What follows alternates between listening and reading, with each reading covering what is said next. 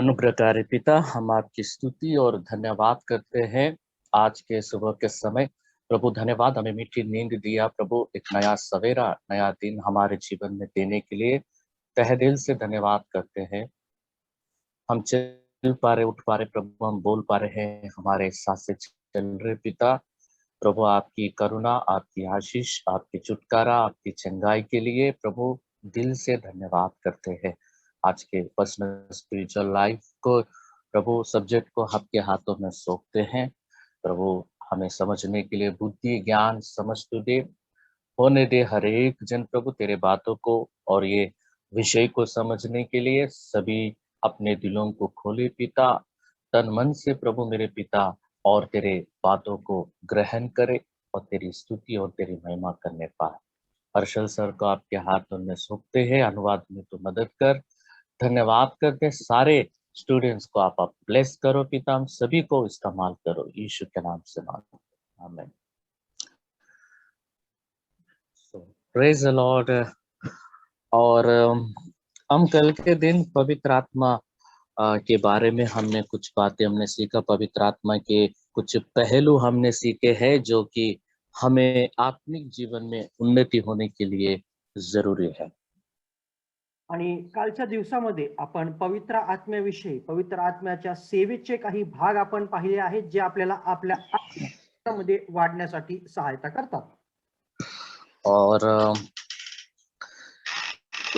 इसके बाद मैं आपको कुछ आत्मिक जीवन पर मुख्य कुछ स्थल आपको लिखवाऊंगा जो आपके लिए बहुत इंपॉर्टेंट है, जिसमें केवल सिर्फ रेफरेंस है।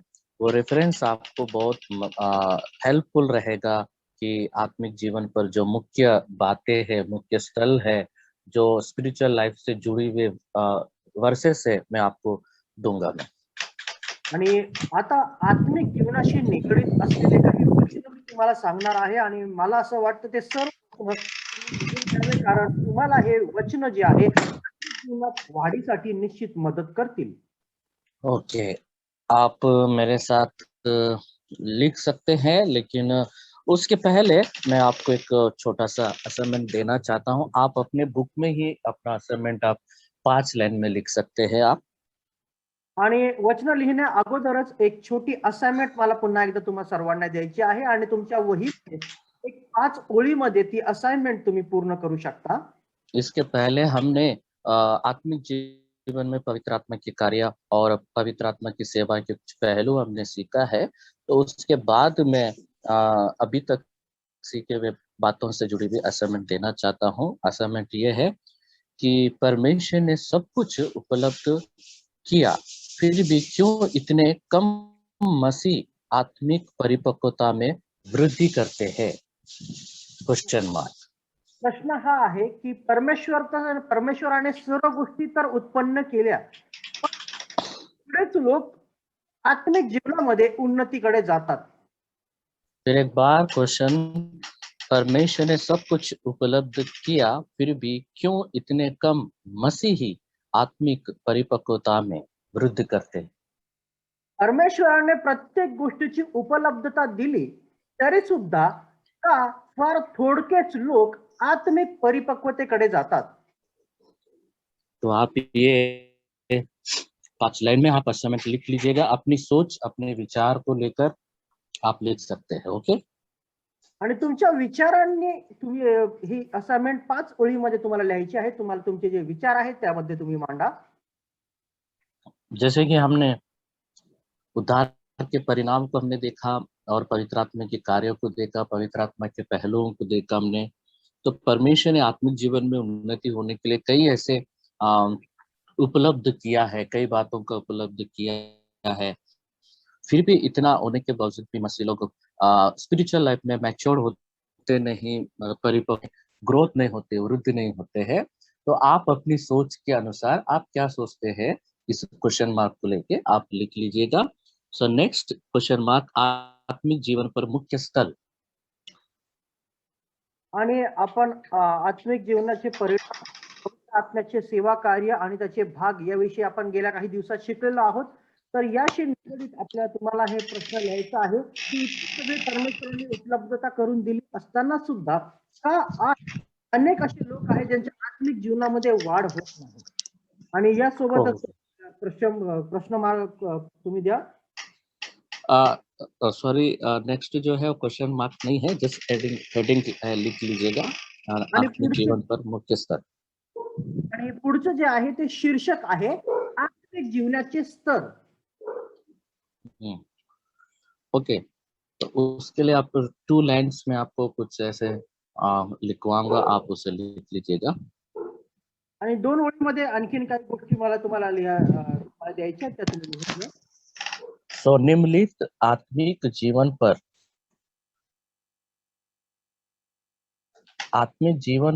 पर कुछ ऐसे मुख्य पदांश है जिन्हें आत्मिक जीवन की केंद्रीयकृत शिक्षा के लिए सावधानी पूर्वक ध्यान करना चाहिए. ऐसा लिखो आप. पास्टर फिर से एक बार रिपीट करेंगे. फिर निम्नलिखित आत्मिक जीवन पर कुछ ऐसे मुख्य पदांश है जिन्हें आत्मिक जीवन की केंद्रीयकृत शिक्षा के लिए सावधानी पूर्वक ध्यान करना चाहिए. आणि खालील प्रकारे आत्मिक जीवनाच्या वाढीसाठी आहे ज्यावर आत्मिक जीवनात वाढण्यासाठी आपण लक्ष दिलं पाहिजे. ठीक है, तो आपके लिए आज मैं इससे जुड़ी हुई सारे मैं वर्सेस आपको देना चाहता हूँ. आप लिखे आप. ओके, नंबर 1 यूहन्ना उसके 7 अध्याय 7 चैप्टर 7 वर्सेस 37 to 41. सर आपकी आवाज थोड़ी कट हो रही है. ओके ओके, जस्ट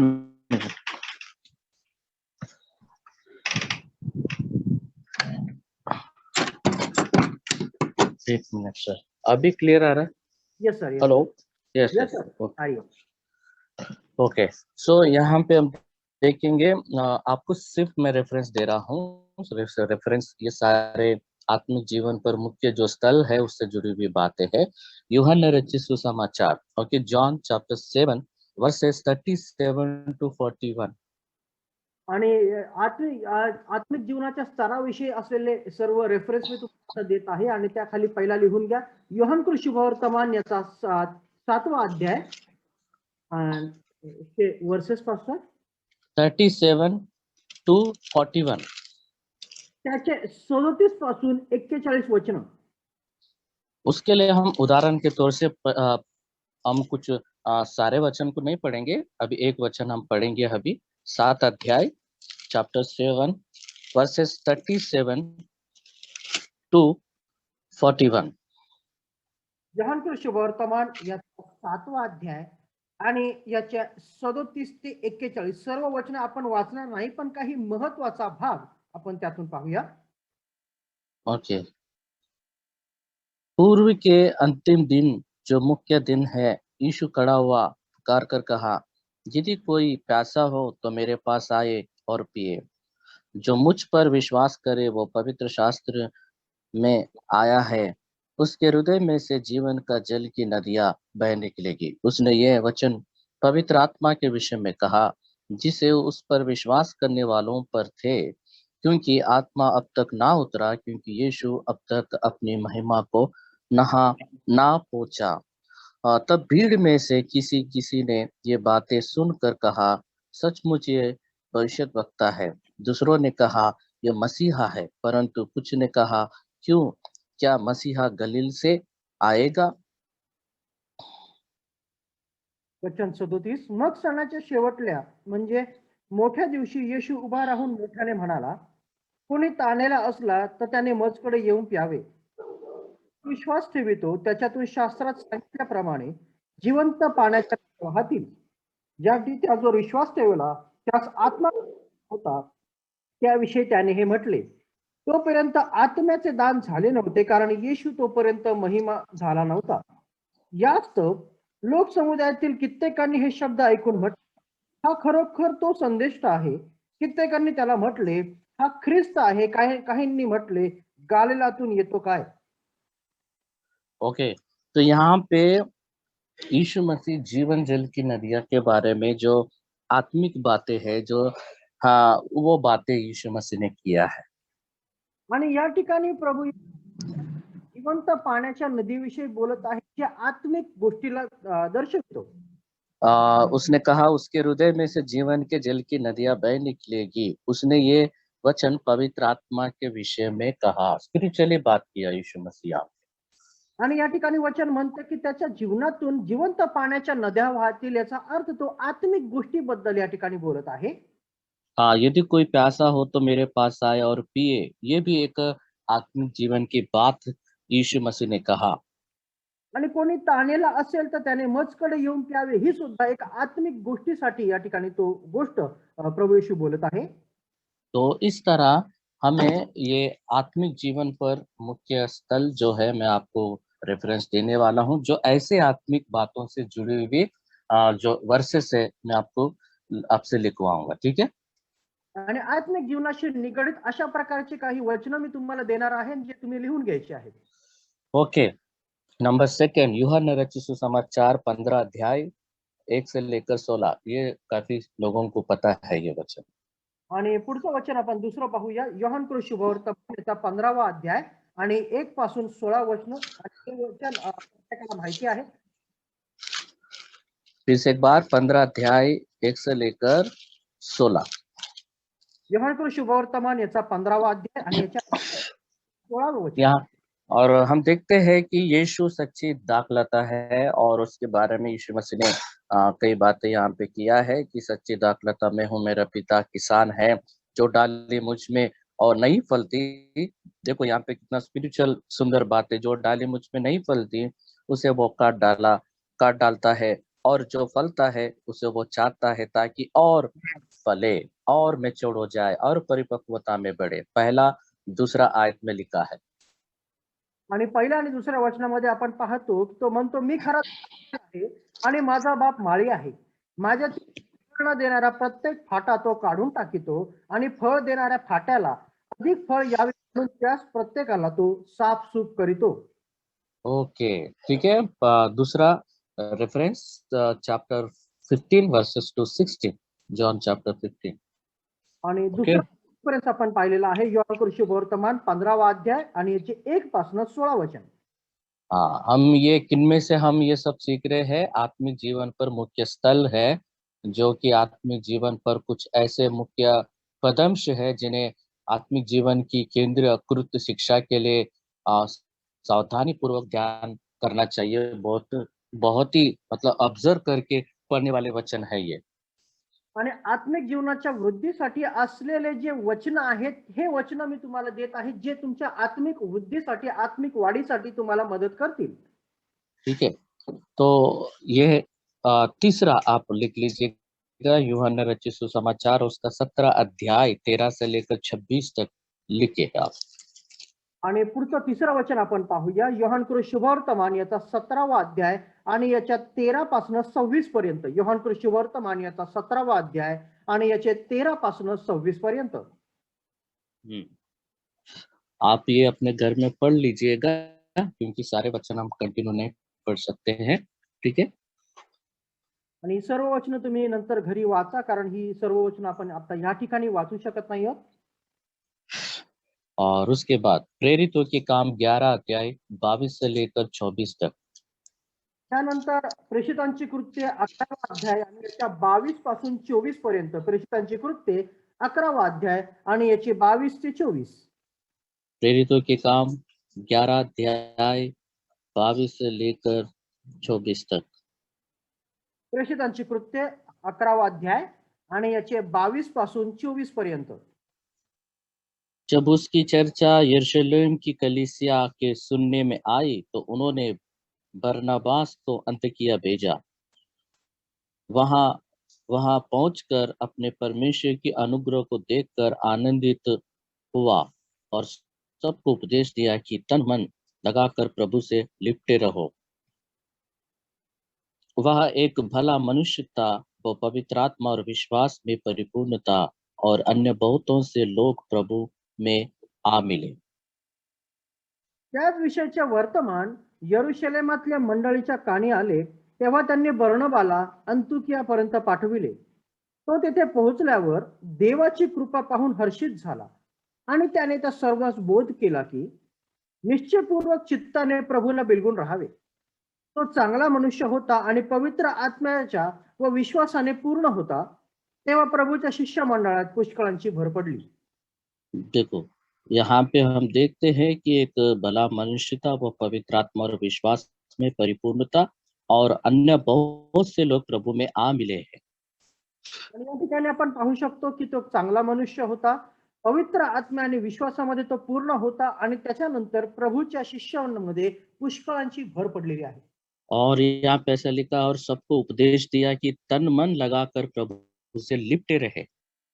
आणि त्याने अशा रीतीचा संदेश त्या ठिकाणी दिलेला आहे, पूर्ण निश्चयपूर्वक चित्ताने प्रभूला त्यांनी बिलगून राहावे. देखो, ये एक ऐसी चीज है जो आत्मिक जीवन के केंद्रीयकृत शिक्षा के लिए सावधानी पूर्वक ध्यान देने वाले बातें हैं। आणि ही गोष्ट आपण पाहतो की आत्मिक जीवनाच्या वाढीसाठी केंद्रीयकृत रीतीने त्या ठिकाणी स्थापित केलेली अशी गोष्ट आहे. ओके, तो और नेक्स्ट हम लिखेंगे रोमियो के पत्री 16 अध्याय 1 से लेकर 14। पुढचं पाहूया रोमकारास पत्र याचा 16वा अध्याय आणि याच्या 1 पासून 14 वचन.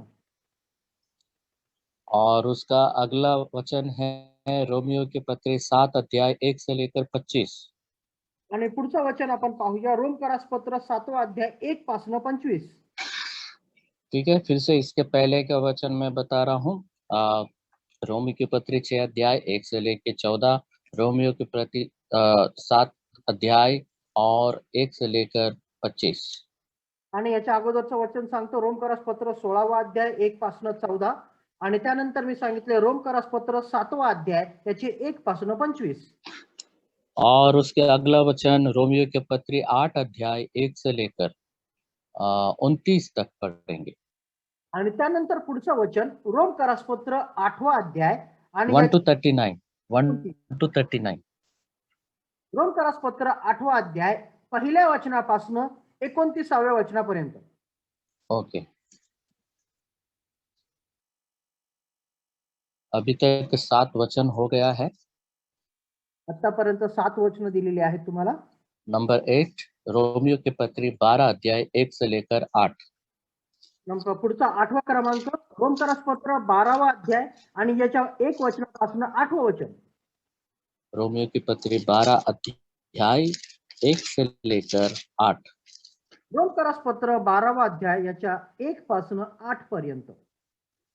तो 12 अध्याय में भी परमेश्वर की सेवा का जीवन के बारे में यहाँ पे कुछ बातें लिखा गया है। आणि या 12व्या अध्यायामध्ये सुद्धा परमेश्वराच्या सेवेच्या जीवनाबद्दल काही महत्त्वाच्या गोष्टी लिहिण्यात आल्या आहेत. और उसके लिए हम पढ़ सकते हैं, हम देखेंगे। इसलिए हे भाइयों, मैं तुमसे परमेश्वर की दया स्मरण दिलाकर विनती करता हूँ कि अपने शरीर को जीवित और पवित्र और परमेश्वर को भावता हुआ बलिदान करके चढ़ाओ, यही तुम्हारी आत्मिक सेवा है। इस संसार के सादृश्य ना बनो, परंतु तुम्हारे मन के नए हो जाने से तुम्हारा चाल चलन भी बदलता जाए, जिससे तुम परमेश्वर की भली और भावती और सिद्ध इच्छा अनुभव से मालूम करते हो। क्योंकि मैं उस अनुग्रह के कारण जो मुझको मिला है तुम में से हर एक से कहता हूँ कि जैसा समझना चाहिए उससे बढ़कर कोई भी अपने आप को ना समझे, पर जैसा परमेश्वर ने हर एक को विश्वास परिणाम के अनुसार बांट दिया है, वैसा ही सुबुद्धि के साथ अपने आप को समझे। क्योंकि जैसा हमारे एक देह में बहुत से अंग है और सब अंगों का एक ही सा काम नहीं, वैसा ही हम जो बहुत है मसीह में एक देह होकर आपस में एक दूसरों के अंग है, जबकि उस अनुग्रह के अनुसार जो हमें दिया गया है हमें भिन्न भिन्न वरदान मिले हैं। तो जिसको किसी को भविष्यवाणी का वरदान मिला हो और वो विश्वास के परिणाम के अनुसार भविष्यवाणी करे। यदि सेवा करने का दान मिला हो तो सेवा में लगा रहे। यदि कोई सिखाने वाला हो तो सिखाने में लगा रहे। जो उपदेश हो वो उपदेश देने में लगा रहे। दान देने वाला उदारता से दे, जो अनुग्रह करे और वह उत्साह से करे, जो दया करे वह हर्ष से करे। आणि या ठिकाणी म्हणतो, याच तो बंधुजन हो, मी देवेच्या करुणांमुळे तुम्हास विनवितो, तुम्ही आपल्या शरीराचा जिवंत, पवित्र व देवाला प्रिय असा यज्ञ करावा, ही तुमची आध्यात्मिक सेवा आहे. या युगाबरोबर समरूप होऊ नका, तर आपल्या मनाच्या नवीकरणाने स्वतःचे रूपांतर होऊ द्या, यासाठी की देवाची जी उत्तम, गृहणी व परिपूर्ण इच्छा ती काय आहे हे समजून घ्यावे. मला प्राप्त झालेल्या कृपादानावरून मी तुम्हातील प्रत्येकाला सांगतो की मानावयास योग्य त्यापेक्षा स्वतःला अधिक मानू नका, तर देवाने प्रत्येकाला वाटून दिलेल्या विश्वासाच्या परिणामाप्रमाणे मर्यादेने आपणाला माना. कारण जसे आपल्याला एक शरीर असून त्यात पुष्कळ अवयव आहेत, तरी त्या सर्व अवयवांचा व्यापार एकच नाही. तसे आपण ख्रिस्तामध्ये एक शरीर आणि प्रत्येक एकमेकांचे अवयव असे आहोत. आपल्याला प्राप्त झालेल्या कृपेच्या मानाने निरनिराळे कृपादाने आहेत, म्हणून ईश्वरी संदेश देणे तो विश्वासाच्या परिणामाने द्यावा. सेवा करीत असताना सेवेत तत्पर असावे. तो शिक्षक आहे त्याने शिक्षण देण्यात, बोध करणाऱ्याने बोध करण्यात तत्पर असावे. दान देणाऱ्याने निष्काम बुद्धीने द्यावे व अधिकाराने आपले काम आस्थेने करावे. दया करणाऱ्याने ती संतोषाने करावी.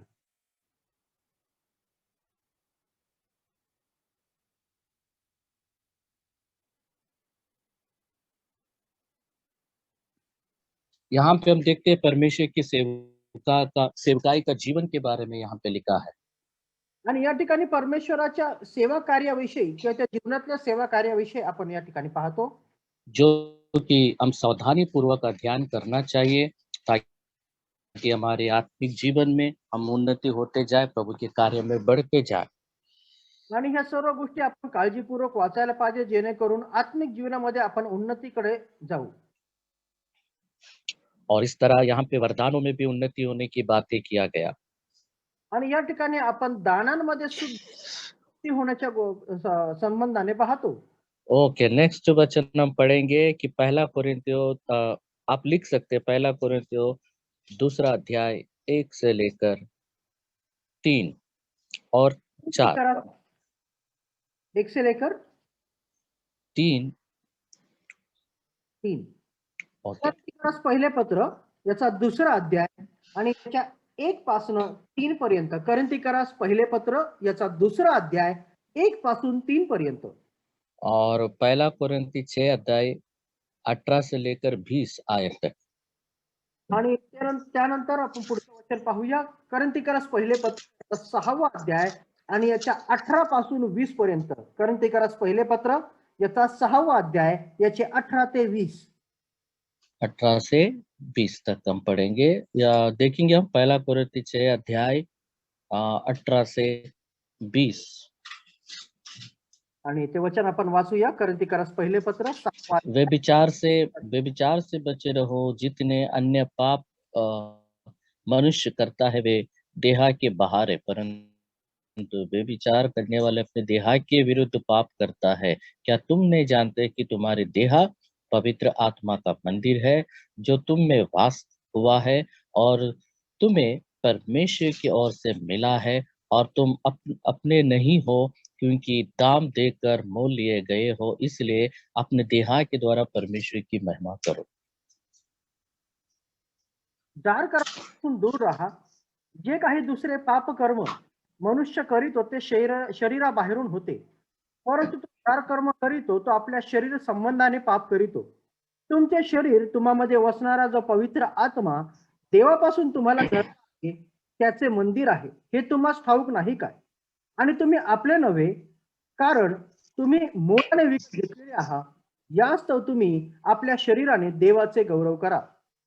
यस, यहाँ पे हम देखते हैं कि जो देह परमेश्वर की महिमा के लिए है, उसके बारे में लिखा है.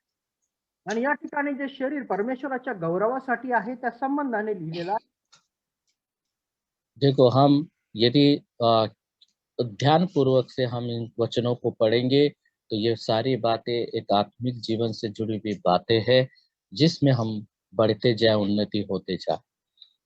आणि जर काळजीपूर्वक हे वचन वाचले, आत्मिक वृद्धीसाठी देण्यात आलेली ही वचनं आहेत, ज्या आपल्याला अधिक आशीर्वादित करतात.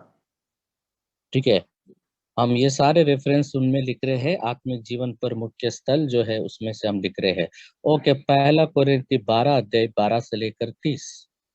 आणि पुढचं वचन पाहूया, पहिले करिंथ 12 ते 30, पहिले करिंथ 12वा अध्याय 12 ते 30। और नेक्स्ट दूसरा कोरिन्थी 14 अध्याय 1 से लेकर 7। पुढचं दुसरे करिंथ दूसरा कोरिन्थी त्याचा 14वा अध्याय यस 1 पासून 7। दुसरे करिंथ 14 1 ते 7। तर ओके ओके। चॅप्टर तो नाही आहे ना? दूसरा कोरिन्थियो हाँ, चैप्टर 4 चौथा अध्याय 14 14 नहीं 4 4 4 4 ओके ओके ओके, माफ 4 करा। दुसरे करिंथ 4था अध्याय 1 से लेकर 7। आणि त्याची 1 ते 7 वचन। दुसरे करिंथ 4 1 ते 7। ठीक है, उसके बाद हम देखते हैं दूसरा कोरिन्थियो 11 अध्याय 30 से। त्यानंतर पुढचं वचन पाहूया, दुसरे करिंथ त्याचा 11वा अध्याय। दूसरा कोरिन्थियो 11 अध्याय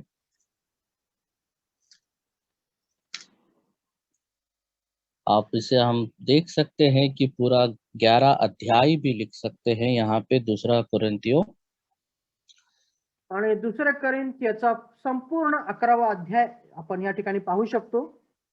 पूरा 11 अध्याय आप लिख सकते हैं 30 तक। ओके, दूसरा कोरिन्थियो 11 अध्याय 30 से लेकर हम देखेंगे 12 अध्याय और उसका 10 आयत तक।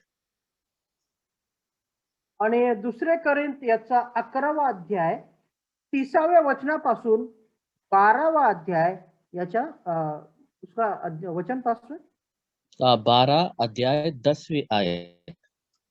12व्या अध्यायाच्या 10व्या वचनापर्यंत। पहिले करिंथ 11वा अध्याय 30 पासून 12वा अध्याय 10 पर्यंत। 12 अध्याय तो दाम में क्या लिखा है 10 में, इस कारण में मसीह के लिए निर्बलताओं में और निंदाओं में और दरिद्रता में और उपद्रव में संकट में प्रसन्न हूँ, क्योंकि जब मैं निर्बल होता हूँ तभी बलवंत होता हूँ। आणि 10व्या वचनामध्ये 12व्या अध्यायाच्या म्हटलं आहे, ख्रिस्तासाठी दुर्बळता, अपमान, अडचणी, पाठलाग, संकट सोसणे यात मी संतुष्ट आहे, कारण मी अशक्त आहे तेव्हा मी सशक्त आहे। ओके, उसके बाद गलतियों के पत्र दूसरा अध्याय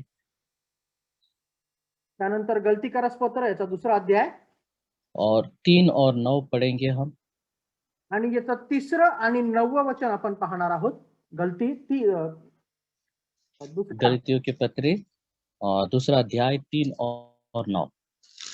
गलती 2 3 आणि 9। यदि आपको मिलता है तो पढ़ सकते हैं आप। आणि जर तुम्हाला कोणाला सापडला असेल तर ते तुम्ही वाचू शकता।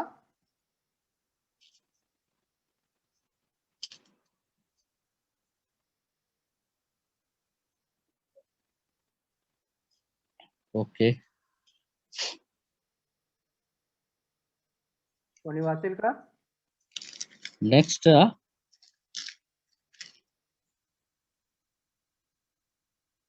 गलतियों के पत्र 5 अध्याय 1 से लेकर 26। गलतीकारस पत्र 5वां अध्याय 1 पासून 26। और एफिसों के पत्र पहला अध्याय 3 से लेकर 6। इफिसकारस पत्र पहिला अध्याय याच्या 1 पासून 6 पर्यंत। फिर एक बार गलतियों के पत्र 5 अध्याय 1 से लेकर 26, एफिसों के पत्र पहला अध्याय 3 से लेकर 6। आणि पुन्हा एकदा सांगतो, गलतीकारस पत्र अध्याय याच्या 1 पासून 25 पर्यंत आणि इफिसकारस पत्र याचा पहिला अध्याय याच्या 3 पासून 6 पर्यंत। ओके, तो यहाँ पे हम देखते हैं कि एफिसों की पत्री पहला अध्याय 3 से लेकर हम 6 तक यदि पढ़ेंगे तो यहाँ पे क्या लिखा है, हमारे प्रभु यीशु मसीह के परमेश्वर की पिता का धन्यवाद हो कि उसने हमें मसीह में स्वर्गीय स्थानों पे सब प्रकार की आत्मिक आशीष दी है। जैसा उसने हमें जगत की उत्पत्ति से पहले उसने चुन लिया कि हम उसके निकट प्रेम में पवित्र और निर्दोष हो, और अपनी इच्छा के भले अभिप्राय के अनुसार हमें अपने लिए पहले से ठहराया कि यीशु मसीह के द्वारा हम उसके लिए पालक पुत्र हो, कि उसके उस अनुग्रह की महिमा की स्तुति हो, जिस उसने जिसे उसने हमें उस प्रिय में सेंटिमेंट दिया हमको। उसने उसके लहू के द्वारा छुटकारा अर्थात अपराधी की क्षमा उसके उस अनुग्रह के धन के अनुसार मिला है। आपल्या प्रभू येशू ख्रिस्ताचा पिता जो देव तो धन्यवादित असो, त्याने स्वर्गातील सर्व आध्यात्मिक वर देऊन आपणाला ख्रिस्तामध्ये धन्य केले आहे. आपण प्रेमामध्ये त्याच्या दृष्टीमध्ये पवित्र व निर्दोष व्हावे म्हणून त्याने सृष्टीच्या स्थापनेपूर्वी आपल्याला ख्रिस्तामध्ये निवडिले.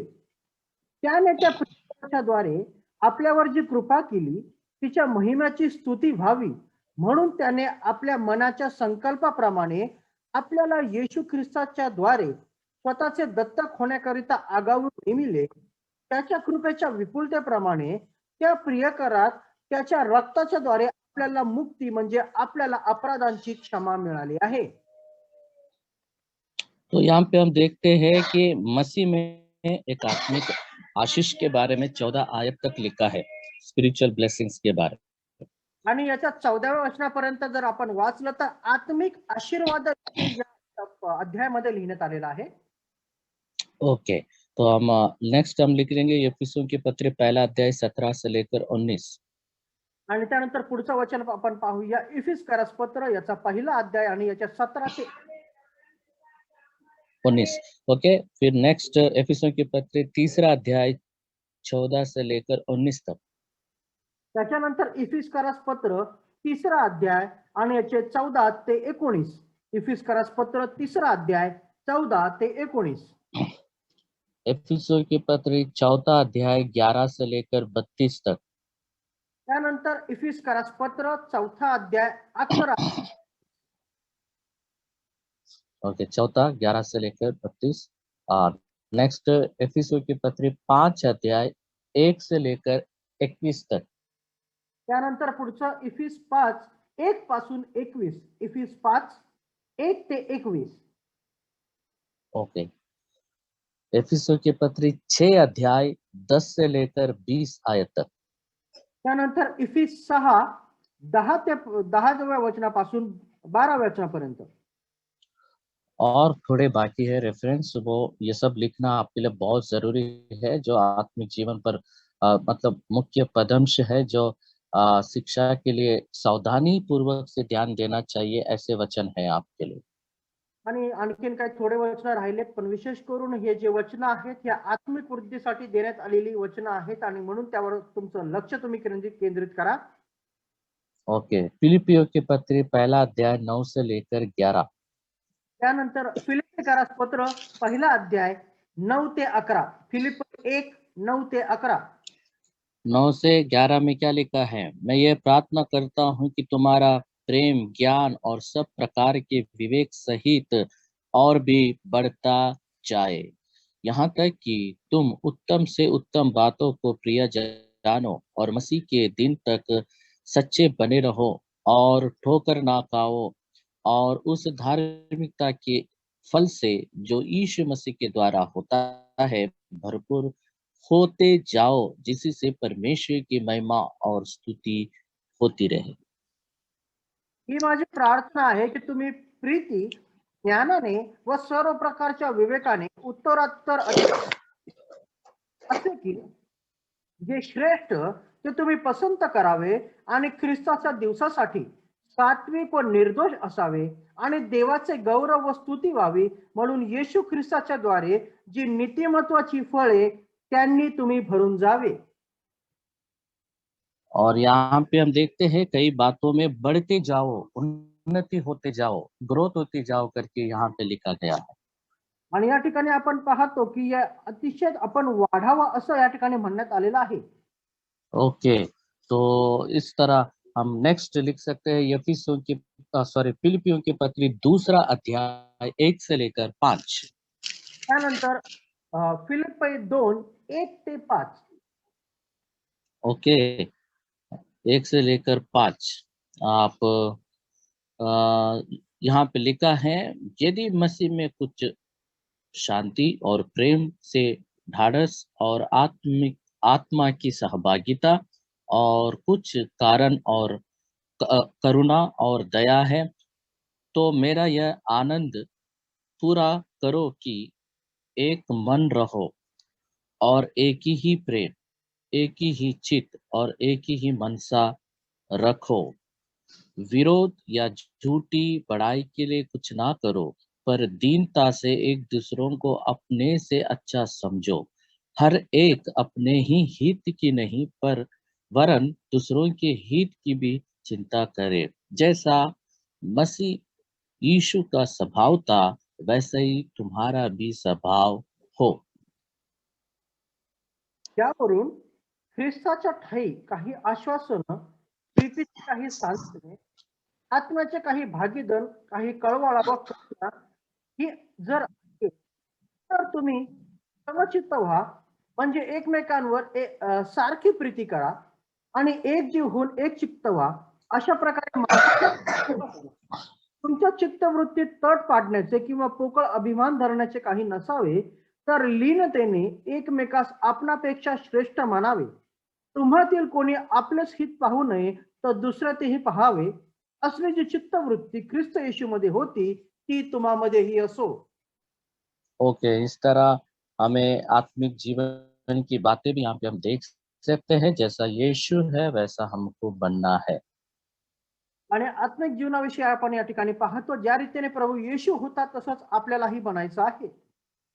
ओके, फिलिपियों के पत्री 2 अध्याय 12 से लेकर 18 आप लिखे, पुढचं वचन फिर हम कंटिन्यू। 2:12 ते 18. एंड फिलिपियों के पत्री 3 अध्याय 7 से लेकर 21 तक। त्यानंतर फिलिप्पी 3:7 ते 21. ओके, और फिलिपियों के पत्री 4 अध्याय 4 से लेकर 19। त्यानंतर फिलिप्पी 4 अध्याय 4 ते 19. यस, 4 से लेकर 19। ओके, उसके बाद कुलिसियों के पत्री 1 अध्याय 9 से लेकर 14। त्यानंतर कलस्सी 1:9 ते 14. और कुलिसियों के पत्री 2 अध्याय 6 से लेकर 17। त्यानंतर कलस्सी 2:6 ते 17. ओके, कुलिसियों के पत्री 3 अध्याय 1 से लेकर 19। त्यानंतर कलस्सी 3:1 ते 19.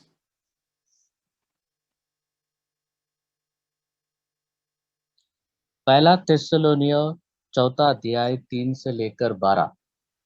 पहिल्या थिस्सलनी 4 अध्याय 3 ते 12. और पहला थिस्सलुनीय 5 अध्याय 23 से लेकर 24 हम ये पढ़ेंगे। पहला थिस्सलुनीय 5 अध्याय 23 से लेकर 24। पहिल्या थिस्सलनी 5 अध्याय 23 ते 24. पहिल्या थिस्सलनी 5 अध्याय 23 ते 24 हे वचन आपण वाचणार आहोत. शांति का परमेश्वर आप ही तुम्हें पूरी रीति से पवित्र करे और तुम्हारी आत्मा और प्राण और देह हमारे प्रभु यीशु मसीह के आने तक पूरे पूरे और निर्दोष सुरक्षित रहे। तुम्हारा बुलाने वाला सच्चा है और वहाँ ऐसा ही करेगा। शांतीचा देव तुम्हा स्वतःस परिपूर्णपणे पवित्र करो आणि आपला प्रभू येशू ख्रिस्त याच्या आगमन समयी तुमचा आत्मा, जीव व शरीर ही निर्दोष अशी यथासांग राखली जावं. तुम्हास पाचारण करणारा विश्वासू आहे, तो हे करीलच. तो यहाँ पे हम देखते हैं कि वो हमें पूरी रीति से पवित्र करे, है ना, और पवित्र जीवन जिए और आने आने तक मसीह यीशु आने तक पूरे के पूरे हम निर्दोष सुरक्षित रहे। आणि या ठिकाणी आपण पाहतो की आपला देव जो आहे तो आपल्याला परिपूर्णपणे पवित्र करो आणि त्याच्या आगमन समयापर्यंत आपण निर्दोष असे राखले जावो. और इसी तरह आत्मिक स्पिरिचुअल लाइफ की ओर ये सारे बातें इशारा कर रहे हैं, हम देख सकते हैं ये वचन। आणि आत्मिक जीवनाकडे या सर्व गोष्टी इशारा करीत आहेत. ओके, तो हम यहाँ पे पहला थिस्सलुनियों 5 अध्याय 23-24। ओके, दूसरा तीमुथियो 4 और 7 हम पढ़ेंगे। दुसरं तिमोथी 4 आणि याचं 7वं वचन आपण पाहणार आहोत. दुसरं तिमोथी 4था अध्याय आणि 7वं वचन. मैं अच्छी कुश्ती लड़ चुका हूँ, मैंने अपनी दौड़ पूरी कर ली है, मैंने विश्वास की रखवाली की है। अ, दुसरं तिमोथी यस, दूसरा तीमुथी उसका अध्याय 4 और 7। दुसरं तिमोथी 4 और 7. ओके. ओके, जे सुयुद्ध ते मी केले आहे, धाव संपवली आहे, विश्वास राखीला आहे. और यहाँ पे भी हम देखते हैं कि अपनी दौड़ पूरी कर ली है, तो ये एक आत्मिक दौड़ की बात कर रहा है, स्पिरिचुअल की बात कर रहा है यहाँ पे। आणि या ठिकाणी आपण धावाविषयी पाहत आहोत. जे आत्मिक धाव आहे त्या आत्मिक धावेविषयी या ठिकाणी आपण वाचतो. ओके, तो हम इस तरह आत्मिक जीवन में हम और दौड़ते जाना है और हमें आगे बढ़ते जाना है। अशाच रीतीने आत्मिक जीवनामध्ये आपल्याला पुढे धावायचं आहे, अशाच रीतीने आपल्याला पुढे जायचं आहे.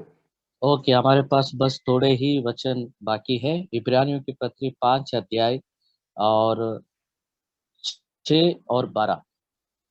इब्री लोकासपत्र 5वा अध्याय 6 आणि 12. इब्री 5, 6 आणि 12. ओके, उसके बाद इब्रानियों की पत्री 12 अध्याय 1 से लेकर 3। ये तो काफी सारे लोगों को ये वचन पता है। इब्रानी 12 1 से लेकर 3। त्यानंतर इब्री 12 1 ते 3.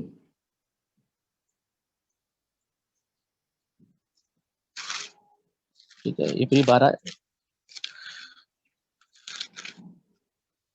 इस कारण जबकि गवाहों का ऐसा बड़ा बादल हमको को घेरे हुए है, तो आओ हम एक रोकने वाले वस्तु, उलझाने वाले पाप को दूर करके वह दौड़ जिसमें हम दौड़ना है, धीरज से दौड़े और विश्वास के कर्ता और सिद्ध करने वाले यीशु की ओर ताकते रहे, जिसी से उस आनंद के लिए जो उसके आगे धरा था, लज्जा की कुछ चिंता ना करे, फिर उसका दुख सहा और परमेश्वर के सिंहासन की दाहिने ओर बैठा। तर मग आपण इतक्या साक्षीरूपी मेघाने वेढिले आहोत, म्हणून आपणही सर्व दडपण व सहज गुंतवणारे पाप टाकून आपल्याला नेमून दिलेल्या धावेवरून धीराने धावावे. आपण आपल्या विश्वासाचा उत्पादक व पूर्ण करणारा येशू याचकडे पाहत असावे. त्याच्या पुढे जो आनंद ठेविला होता, त्याकरिता त्याने लज्जा तुच्छ मानून वधस्तंभ सहन केला आणि तीस देवाच्या राजासनाच्या आहे, ज्याने करणाऱ्यांनी केलेला इतका विरोध सहन केला, त्याची तुलना करा, म्हणजे तुम्ही तुमची मने खचून धीर सुटणार नाही. और तीसरे आयत में इसलिए उस पर ध्यान करो जिसने अपने विरोध में पापियों का इतना विरोध सह लिया कि तुम निराश होकर साहस ना छोड़ दो। आणि तिसरं वचन या ठिकाणी सांगतं की ज्याने आपला विरुद्ध पाप करणाऱ्यांनी केलेला इतका विरोध सहन केला, त्याची तुलना करा, म्हणजे तुमची मने खचून धीर सुटणार नाही.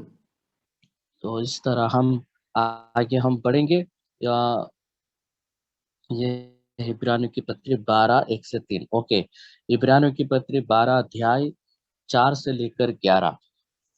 त्यानंतर इब्री लोकास पत्र 12वा अध्याय 4 पासून 11. ओके, पहला पत्रस पहला अध्याय 13 से लेकर 16। त्यानंतर पहिले पेत्र पहिला अध्याय 1 ते 16. हम उसमें पढ़ेंगे तो पवित्र जीवन की बुलाहट के बारे में लिखा है। आणि पवित्र जीवनाच्या पाचरणाविषयी या ठिकाणी लिहिण्यात आलं आहे. और उसके बाद हम देखते हैं पहला पत्रस दूसरा अध्याय 11 और 12। त्यानंतर पहिले पत्र 2:11 आणि 12। यहाँ पे हम देखेंगे, हे प्रियो, मैं तुमसे विनती करता हूँ, तुम अपने आप को परदेशी या यात्री जानकर उन संसारिक अभिलाषाओं से जो आत्मा से युद्ध करती है बचे रहो। अन्य जातियों में तुम्हारा चाल चलन भला हो, ताकि जिन जिन बातों में वे तुम्हें कुकर्म जानकर बदनाम करते हैं, वे तुम्हारे भले कामों को देखकर उन्हीं के कारण कृपा दृष्टि के दिन परमेश्वर की महिमा करें। प्रिय बंधूंनो, जे तुम्ही परदेशी व प्रवासी आहात, त्या तुम्हास मी विनंती करीतो की जीवाबरोबर लढणाऱ्या दैहिक वासनांपासून दूर राहा। विदेशी लोकात आपले आचरण चांगले ठेवा, यासाठी की ज्याविषयी ते तुम्हा दुष्कर्मी समजून तुम्हा विरुद्ध दुर्भाषण करीतात, त्याविषयी त्यांनी तुमची सत्कर्मे पाहून समाचाराच्या दिवशी देवाचे गौरव करावे। तो यहाँ पे संसार की अभिलाषा जो है हमारी आत्मा से युद्ध करती है। आणि आपण या ठिकाणी पाहतो की दैहिक ज्या वासना आहे ह्या आपल्या आत्म्याबरोबर युद्ध करतात। तो यहाँ पे हम देखते हैं स्पिरिचुअल वार यहाँ पे होते रहता है। तो ये एक आत्मिक जीवन से जुड़ी हुई बातें हैं। इस बात पर हमें ध्यानपूर्वक अध्ययन करके सावधानी पूर्वक से हमें क्या करना है, इन वचनों को लेकर आत्मिक जीवन में बढ़ते जाना चाहिए। आणि आत्मिक युद्धाविषयी आपण या ठिकाणी गोष्टी पाहतो, म्हणून काळजीपूर्वक रीतीने हे वचनाचं अध्ययन करून आपल्याला पुढे वाढायला पाहिजे। अपने पास अभी 3 वचन बाकी है। ओके, सो दूसरा पत्रस पहला अध्याय 3 से लेकर 9। त्यानंतर दुसरे करिंथ पहिला अध्याय 3 ते 9। दूसरा पत्रस पहला अध्याय 3 से 9। ओके, दुसरे पेत्र पहिला अध्याय 3 ते 9। पहला यूहन्ना पहला अध्याय, आप निकाले पहला यूहन्ना पहला अध्याय। त्यानंतर योहानाचे पहिले पत्र पहिला अध्याय हम पढ़ेंगे 6 आयत को हम पढ़ेंगे। आणि त्याच्या 6व्या वचनाला आपण वाचणार आहोत। हाँ, पहला कोरिन्थी पहला अध्याय 6 से लेकर 10वीं आयत तक। पहिले योहान पहिला अध्याय त्याच्या 6व्या वचनापासून 10व्या वचनापर्यंत, 6 ते 10। और उसका दूसरा अध्याय 3रा आयत भी। आणि त्याचा दुसरा अध्याय आणि 3रं वचन। ओके, मैं अभी पढ़ूंगा दूसरा अध्याय 3रा आयत में, यदि हम उसकी आज्ञाओं को मानोगे तो उसी से हम जान लेंगे कि हम उसके जान गए हैं, हम उसे जान गए हैं। आणि पहिला योहान दुसरा अध्याय आणि 3रं वचन सांगतं, आपण त्याच्या आज्ञा पाळिल्या म्हणजे आपण त्याला ओळखतो हे आपणास कळून येते। और आप यहाँ पे उसके पहले अध्याय जो है 6 से लेकर 10 तक आप अपने पर्सनल पढ़ लीजिएगा। आणि याची 6 ते 10 वचनं जी आहेत पहिल्या अध्यायाची, त्यानंतर तुम्ही वैयक्तिक रीतीने वाचू शकता।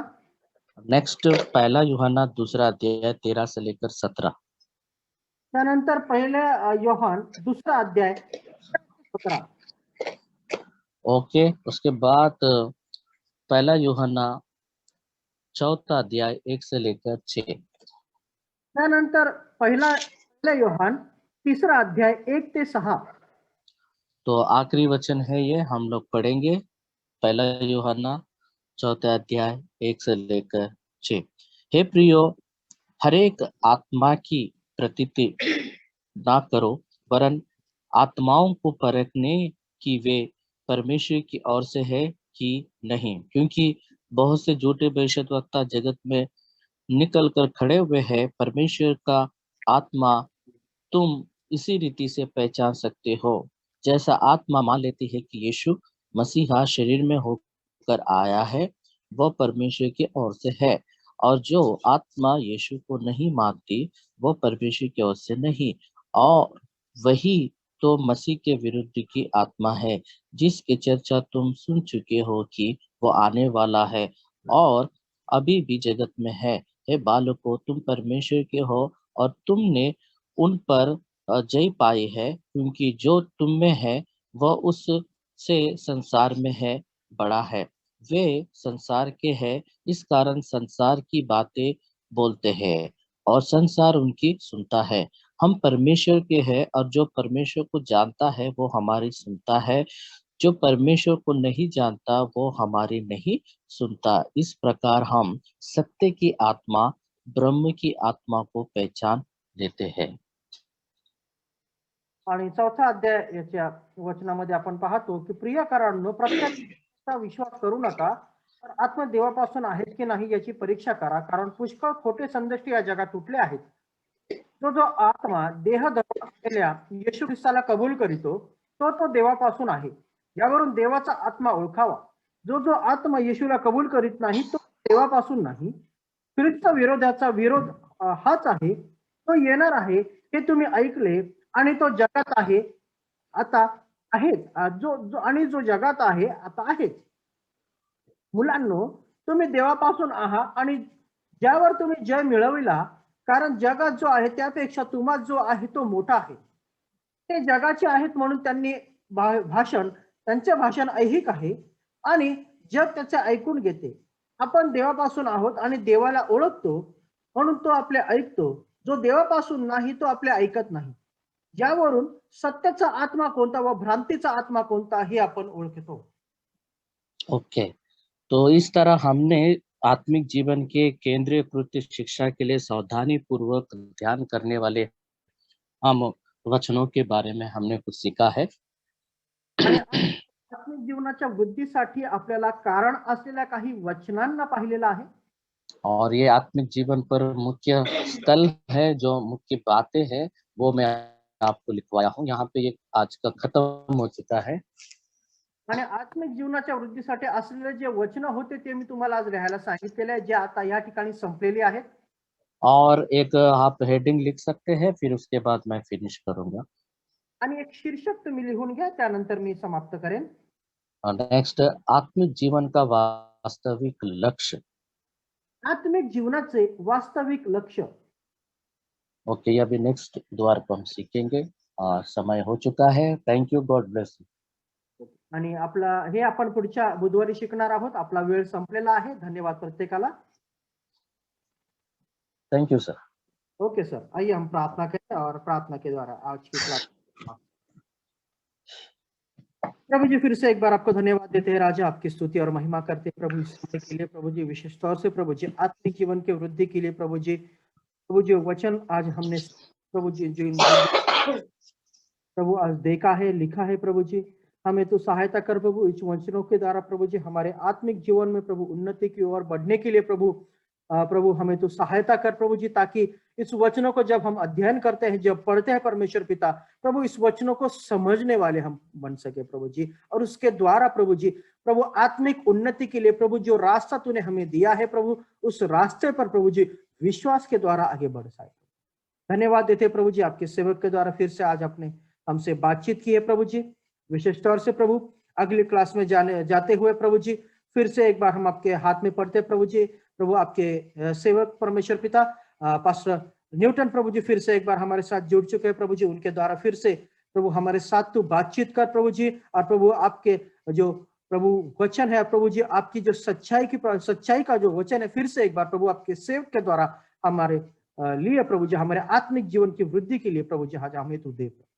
आगे का सारा समय आपके हाथों में देते हुए इस विनती को आपके प्यारे बेटे मसीह यीशु के नाम से मांगते हैं, इसलिए सुन और कबूल करना पिता. आमीन.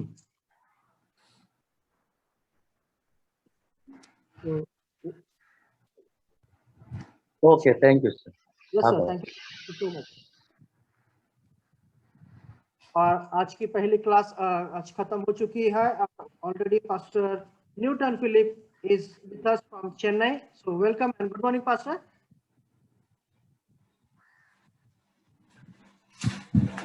So nice to be back with you all after a gap.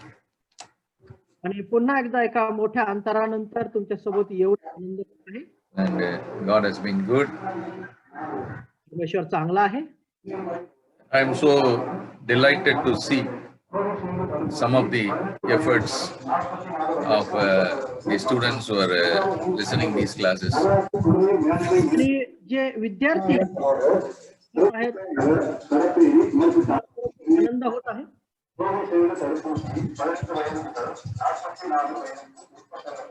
Sir, is there any voices running behind?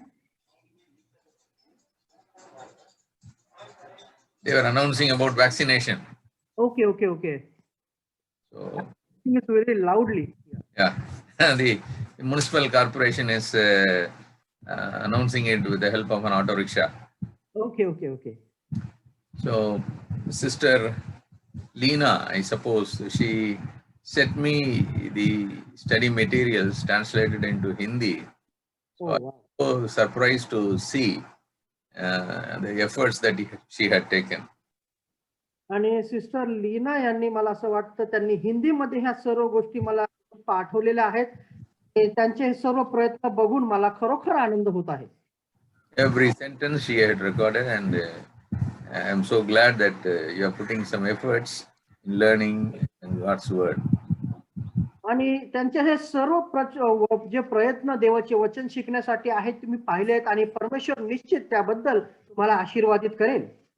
And I'm so happy to see those notes, sister. God bless you. आणि त्या सर्व नोट्स बघून मला खरोखर आनंद झालेला आहे. Sister खूप धन्यवाद तुम्हाला. And I wish that others also do some effort to get to know God's word. आणि मी आशा करतो की बाकीचे जण सुद्धा अशाच प्रकारे प्रयत्न करतील जेणेकरून देवाचं वचन त्यांनाही समजेल. Now we go to the 13th chapter of this book. आणि आता आपण या पुस्तकाच्या 13व्या अध्यायाकडे जाणार आहोत. Now, there is a story which is told in the nursery classes here. That is the story of a rabbit and a tortoise race.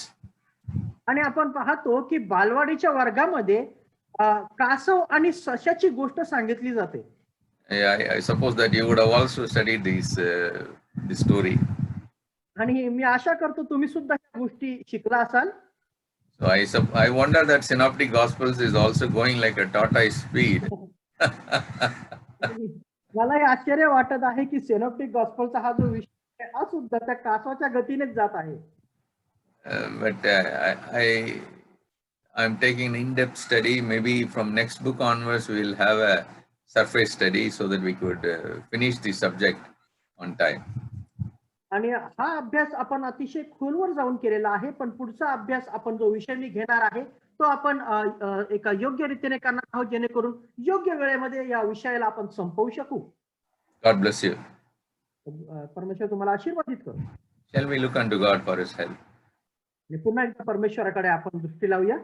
Heavenly Father, we look unto you for your grace this morning. स्वर्गीय परमेश्वर पिता पुन्हा एकदा सकाळी तुझ्या मदतीकडे आम्ही तुझ्याकडे अपेक्षा करतो. Morning by morning, your mercies are new unto us. आणि प्रभू प्रत्येक सकाळी तुझी कृपा आमच्या जीवनासाठी नवीन अशी आहे. Even at this morning hour, we pray that you help us, Lord. आणि प्रभू आजच्या या सकाळच्या वेळेला पुन्हा एकदा आम्ही प्रार्थना करतो की तू आम्हाला सहायता कर.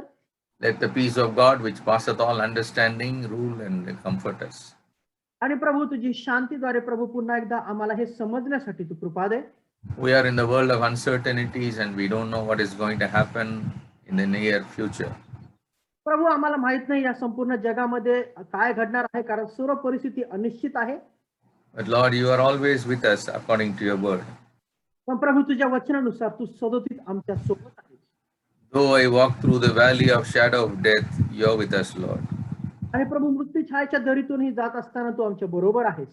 Thank you, Master, for the comforting word that you give us this morning, that you are with us in all these situations. आणि प्रभू या सर्व परिस्थितीमध्ये तू आमच्या बरोबर आहे यासाठी प्रभू एक वचन तू आम्हाला दिला आजच्या सकाळी म्हणून धन्यवाद. There may be someone, Lord, listening and asking various questions, why Lord and why Lord? आणि प्रभू असे पुष्कळशे लोक आहेत जे प्रभू अशा प्रकारचे वचन ऐकून प्रभू हा प्रश्न विचारत असतील की हे का प्रभू हे का. Thank you, Lord, for your word this morning, which says, I am with you even in the midst of all these situations. आणि प्रभू तुला धन्यवाद देतो प्रभू या परिस्थितीमध्ये तू आम्हाला वचन दिलेलं आहे की मी सदोतीत तुमच्या बरोबर आहे. You are in control of all these situations, Lord. आणि प्रभू सर्व परिस्थिती तुझ्या नियंत्रणात आहे. Be with each and every one of us. या प्रत्येकासोबत तू राहा. Help us to realize your promises. आणि प्रभू तुझ्या वचनांना परमेश्वराची कृपा आम्हाला दे. In Jesus' name we pray. येशूच्या द्वारे प्रार्थना करतो. Amen. The chapter 13 speaks about the servant unveils the future. 13वा अध्याय जो आहे यामध्ये आपण पाहतो सेवक भविष्याला प्रकट करतो. We divide this in this way. We divide this book in this way. आणि या पुस्तकाची विभागणी आपण अशा रीतीने करतो. The first half of the tribulation. पहिला म्हणजे जो संकटाचा काळ आहे त्याचा अर्धा आपण काळ पाहतो. Underneath then there is don't be deceived and don't be discouraged. त्यानंतर त्याच्या खालोखाल आपण पाहतो की फसवले जाऊ नका आणि निराश होऊ नका. Then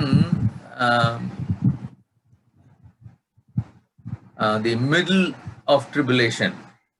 त्यानंतर संकटाच्या काळातील मध्य भाग आपण पाहतो. In the reference, there is a change in the reference. आणि ज्या वचनांमध्ये थोडासा आहे. It is from 14 to 18. आणि ही जी वचनं आहेत 14 ते 18 आहेत.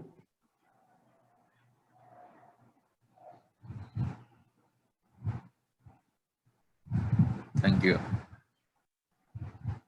Then we go to the last half of the tribulation. आणि त्यानंतर आपण शेवटला भाग पाहतो संकटाचा शेवटचा भाग 19 to 27. 19 पासून 27 वचन. Now we go to the verses 5 to 13. आणि वचन आता आपण 5 ते 13 पाहणार आहोत. Before we go there, and I would like to give some introduction. आणि तिथे जाण्या अगोदर मला काही तुम्हाला The Jews were proud about the temple. आणि आपण पाहतो की यहुद्यांना मंदिराविषयी खूप अभिमान होता.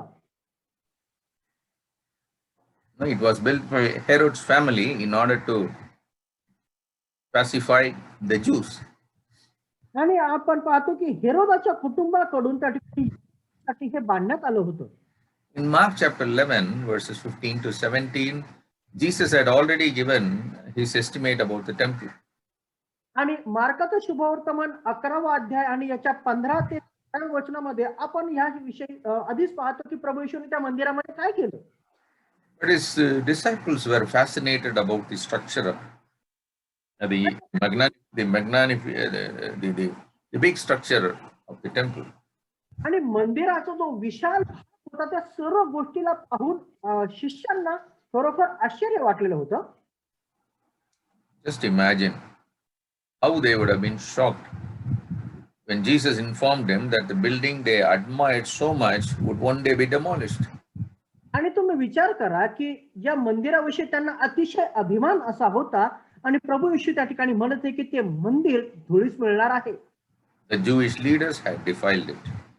कारण यहुदी पुढाऱ्यांनी त्याला अमंगळ असं केलेलं आहे. Jesus would depart from it and leave it desolate. आणि संपूर्ण जे मंदिर आहे हे धुळीस त्या ठिकाणी मिळणार आणि पाडलं जाणार आहे.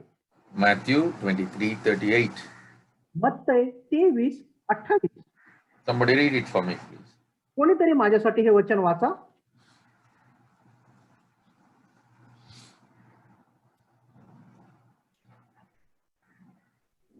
मत्तई 38. 13:8. Yeah. कारण राष्ट्रावर राष्ट्र व राज्यावर राज्य उठेल आणि जागोजागी भूमिकंप व दंगे होतील व दुष्काळ पडतील. हा तर वेदनांचा प्रारंभ होय. आमेन. Well, I'm reading from a translation which is called ESV, which says like this.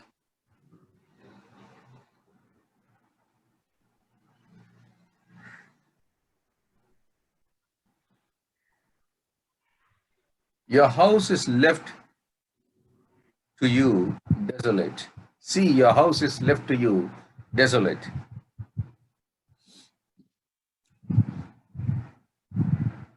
Matthew 23:38. आणि मत्तय याचं 23वा अध्याय आणि याचं 38वा वचन आपण पाहतो. मत्तय 23:38. पहा, तुमचे घर तुम्हालाच ओसाल सोडिले आहे. Your house is desolate. तुमचे घर ओसाड पडले आहे. The Romans would destroy it. कारण रोमी लोक त्याचा नाश करतील. Once away from the crowds, Jesus' disciples asked him when these movements even to take place and what would happen to indicate it was soon to occur. आणि शिष्य लोकांपासून वेगळं झाल्यानंतर शिष्यांनी येशूला विचारलं आहे, या सर्व घटना होण्याचा काळ कोणता असेल? Their questions revealed that their understanding of prophecy was still quite confused. आणि त्यांच्या अशा रीतीने प्रश्न विचारण्याद्वारे आपण हे समजू शकतो की या सर्व गोष्टीविषयी ते अतिशय गोंधळलेले असे होते. They thought that the destruction of the temple coincided with the end of the age and the return of their Lord. आणि त्यांच्या समजुतीनुसार त्यांना असं वाटत होतं की मंदिराची धूळधाण आणि युगाची समाप्ती म्हणजे प्रभू येशूचं दुसरं आगमनच आहे की काय? Matthew 24:3. 24:3. Matthew 24:3. मत्तय 24:3. But their questions gave Jesus the opportunity to deliver a prophetic message that is generally called the Olivet Discourse. आणि त्यांच्या या प्रश्नाद्वारे प्रभू येशूला ही संधी मिळाली की त्याने या सर्व गोष्टीचा उल्लेख करून त्यांना सांगावा. The Olivet Discourse. आणि ज्याला ऑलिव्हेट डिस्कोर्स असं इंग्रजीमध्ये म्हणण्यात आलं आहे.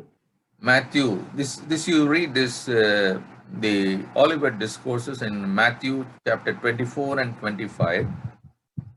आणि ऑलिव्हेट डिस्कोर्स संदर्भात तुम्ही मत्तयाचं शुभवर्तमान याच्या 24 आणि 25व्या अध्यायामध्ये वाचू शकता. Luke 21:5-36. आणि लूक 21:5-6 मध्ये पाहू शकता.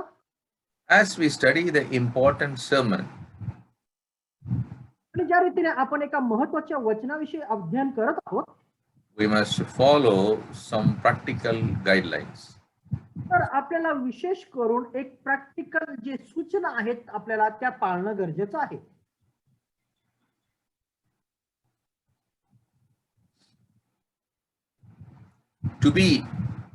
To begin with, we must study the discourses in the light of the rest of the scriptures, especially the book of Daniel. आणि हे सर्व वचन समजून घेण्यासाठी आपल्याला इतर वचनांना सुद्धा समजून घेण्याची गरज आहे, विशेष करून दानिएलच्या पुस्तकाला. The prophetic scriptures harmonize if we consider all that God has revealed. आणि भविष्यवादांची जी पुस्तकं आपल्याला सांगतात की या सर्व गोष्टी आपल्याला प्रकट करून देतात जे परमेश्वराला आपल्याला सांगायचं आहे. Second, त्यानंतर we must see the practical application of the discourses. आणि मग या सर्व वचनांचा आपण लागू करणं आपण पाहतो. Jesus did not preach this sermon to satisfy the curiosity of the disciples. आणि येशूने शिष्यांची जे त्या ठिकाणी त्यांना वाटणारी उत्सुकता होती ती शमवण्यासाठी या सर्व गोष्टी सांगितल्या नाहीत. He did not even preach this to straighten out their confused thinking. आणि त्यांच्या गोंधळलेल्या मनस्थितीला शांत करण्यासाठी तो ह्या सर्व गोष्टी बोलला नाही. At least 4 times he said, take heed. कमीत कमी 4 वेळेस तो म्हटलेला आहे की तुम्ही सांभाळा. Mark 13:5. मार्क 13:5.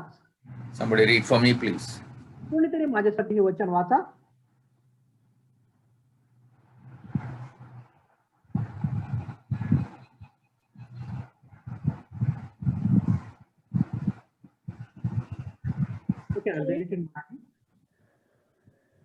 मार्काचा शुभवर्तमान 13वा अध्याय 5वं वचन. म्हणून येशू त्यास म्हणू लागला, तुम्हास कोणी फसवू नये म्हणून जपा. see that no one leads you astray. आणि कोणी तुम्हाला फसवू नये म्हणून तुम्ही जपा. That's what the ESV says. The NIV says, watch out that no one deceives you. आणि NIV आपल्याला सांगतं की सावध राहा की तुम्हाला कोणी फसवू नये. Then verse 9. आणि त्यानंतर 9व वचन. Again it says,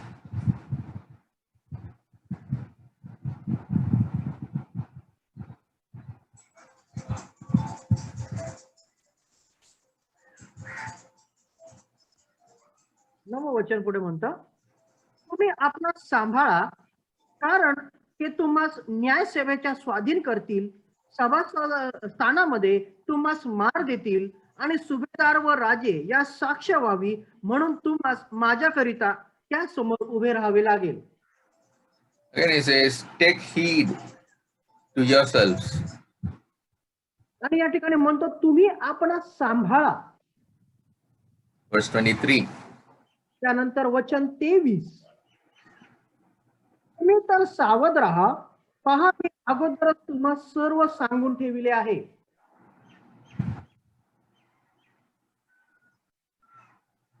King James Version says, but take ye heed. Again the same thing, take heed. आणि किंग जेम्स वर्जन इंग्रजीमध्ये या ठिकाणी सांगतं की तुम्ही ही सावध असा. पुन्हा एकदा आपण या ठिकाणी पाहतो. Verse 33. त्यानंतर 33वा वचन, सावध असा, जागृत असा, कारण तो समय केव्हा आहे हे तुम्हाला ठाऊक नाही. Well, on all these 4 places, Jesus says, take heed.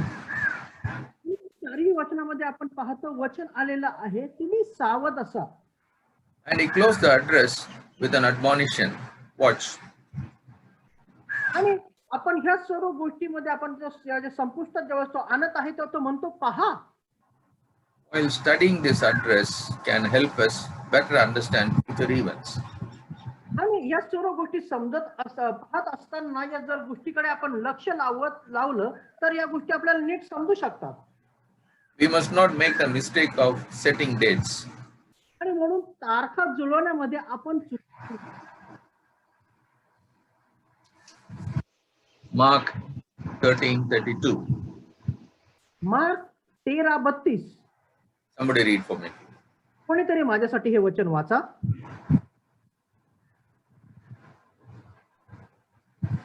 Mark 13:32. आणखी त्या दिवसाविषयी व त्या घटनेविषयी कोणाला ठाऊक नाही, स्वर्गातील देवदूतांनाही नाही, पुत्रालाही नाही, आणि केवळ पित्याला ठाऊक आहे. आमेन. Thank you. Third, as we study, we must keep in mind the Jewish atmosphere of the discourse. आणि तिसरी गोष्ट आपण पाहतो की ह्या गोष्टीचं अध्ययन करत असताना त्या गोष्टीविषयीचे विचार काय आहेत ते आपण पाहतो. The Olivet discourse grew out of some questions asked of a Jewish rabbi by the 4 Jewish men about the future of the Jewish temple. आणि ऑलिव्हर्ड डिस्कोर्स हा जो पर्याय आहे आपण पाहतो की एका यहुदी गुरुने किंवा यहुदी रब्बीने इतर लोकांच्या समक्ष विचारला गेलेला जो प्रश्न आहे जो युगाच्या समाप्ती संदर्भाने आपल्याला पाहायला मिळतो. The warnings about false Christs would especially concern Jews. विशेष करून खोट्या ख्रिस्ताविषयी यहुद्यांना सावध करणे. Mark 13:5 and 6. मार्क 13:5 आणि 6. 21 and 22. 21 आणि 22. As would be the warning about Jewish courts. This could be the warning about Jewish courts and trials. आणि यहुद्यांवर येणाऱ्या संकटाविषयी असू शकतं. Mark 13:9. Mark 13:9. The Jews would especially appreciate the reference to Daniel, the prophet. आणि यहुदी लोक या वचनाला दानिएलच्या पुस्तकाबरोबर याची तुलना ते करतात. And the admonition to flee from Judea. आणि म्हणून यहुद्यातून निघून जाण्यासाठी त्या गोष्टीला ते जोडतात. Mark 13:14. Mark 13-14. Finally, we must remember that this chapter describes a period of time known as the tribulation. आणि म्हणून आपल्याला शेवटी हे समजतं की ह्या संपूर्ण काळाला शेवटचा काळ किंवा संकटाचा काळ असं म्हणण्यात आलेला आहे. So as we study this, we must have this following things in our mind. आणि म्हणून या भागांना समजत असताना काही गोष्टींना आपल्या मनामध्ये आपण समजून घ्यावं. We must study this with the rest of the book, that is the book of Daniel. आणि हे समजत असताना आपण दानिएलच्या पुस्तकालाही पाहावं. Then the second thing is we should study this with a practical application of the discourses. आणि या संपूर्ण संभाषणाला या वचनाला आपण कशा रीतीने लागू करतो त्याकडेही आपण लक्ष द्यावं. Thirdly, when we study this, we should study this with the mind of Jewish atmosphere. आणि तिसरी गोष्ट या वचनाचं अध्ययन करत असताना यहुद्यांची मनस्थिती काय होती त्याकडेही आपण लक्ष द्यावं. So we must remember that this chapter, finally, this chapter describes a period of time known as the tribulation. आणि म्हणून सर्व शेवटी आपल्याला कळतं की हा जो संपूर्ण युगाचा काळ आहे याला संकटाचा काळ असं संबोधण्यात आलं आहे. The Old Testament prophets wrote about the period and called the time of Jacob's trouble. आणि जुन्या करारामध्ये संदेशकांनी या संपूर्ण काळाला लिहिलेलं आहे आणि त्याला याकोबाच्या संकटाचा काळ असं म्हटलेलं आहे. Somebody read Jeremiah 30 verse 7. 30. यिर्मया याचा 30वा अध्याय याकडे आपण जाऊया.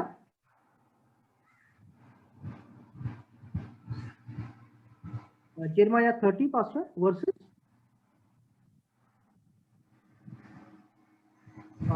Sir.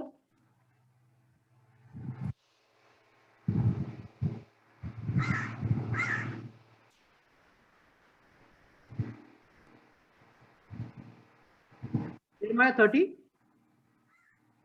Somebody read now. Jeremiah 3:30. 7. आणि कोणीतरी माझ्यासाठी यिर्मया याचा 30वा अध्याय आणि याचा 7वं वचन वाचा.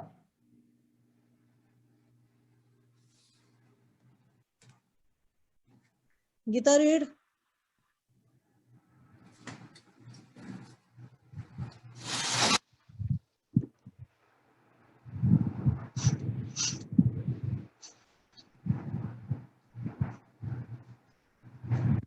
Can I read, Pastor? Yes, please. Yes, please. Go ahead. Nirbhaya 30 verses 7. Yeah. हाय, तो महादीन आहे, त्याच्या समान दुसरा कोणता नाही. तो याकोबाचा क्लेश समय आहे, तरी त्यातून त्याचा निभाव होईल. आमेन. You know, the Bible also speaks about a time of wrath. आणि पवित्र शास्त्र सुद्धा त्या क्रोधाच्या दिवसाबद्दल सांगतो. Zephaniah chapter 1 verses 15 to 18. सफन्या याचा पहिला अध्याय आणि याचे 15 ते 18 वचन. Zephaniah 1, 15 to 18. सफन्या 1, 15 ते 18. Somebody read now. कोणीतरी माझ्यासाठी वाचा.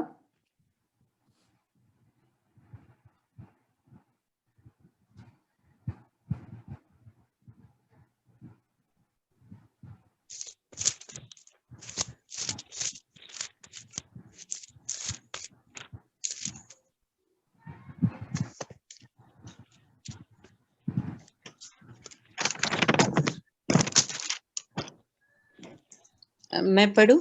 Yes, please. पढ़िए.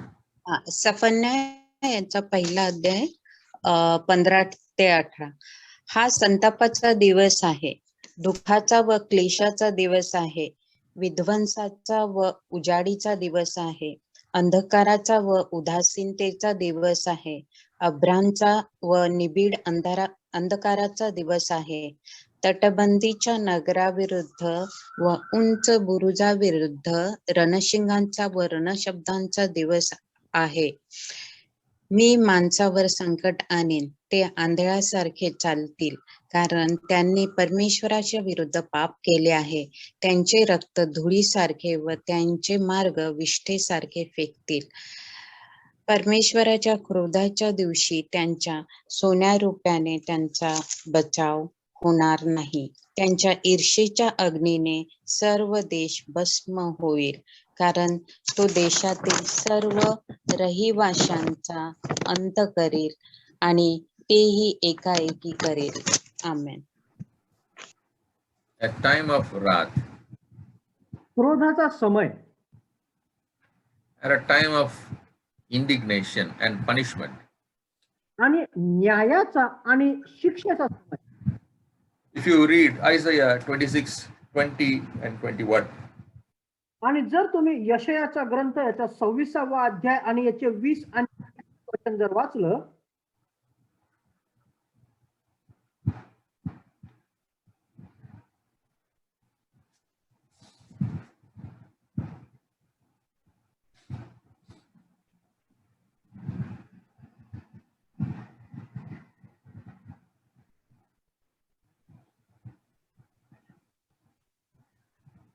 यशया 20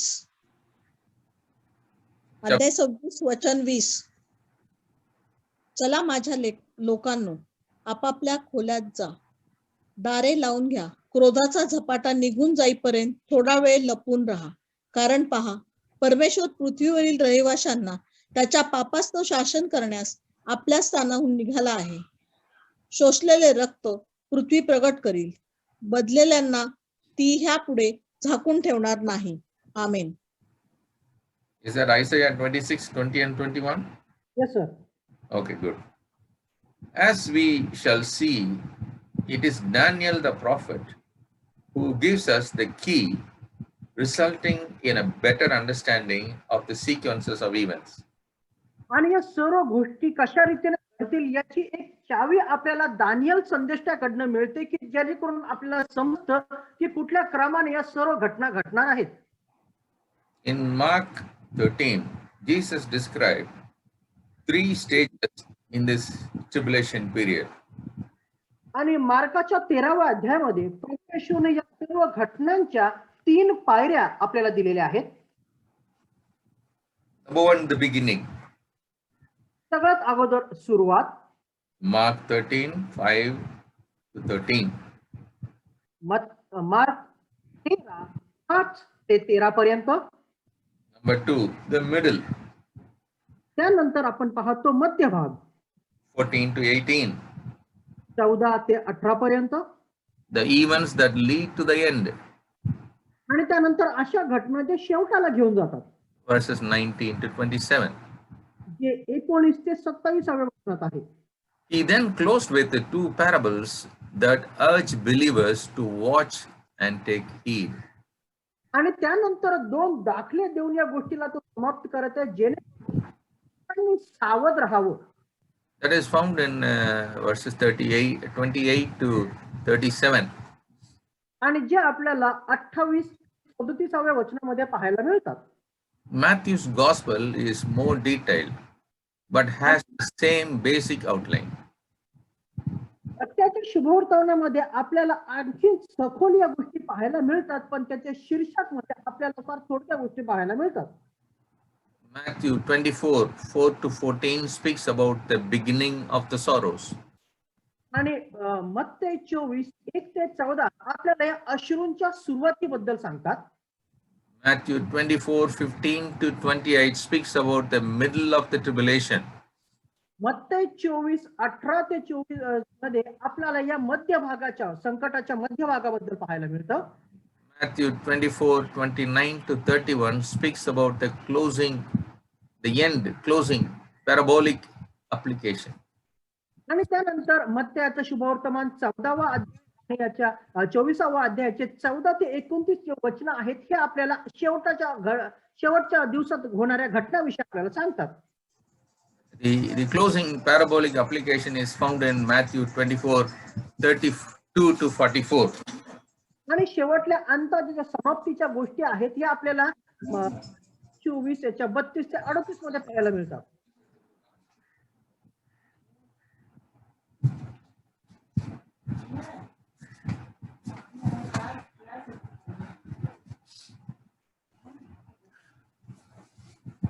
I must point out that it is the conviction of many students of prophecy that believers in this present age of the church will be raptured by Christ and taken to heaven before the tribulation begins.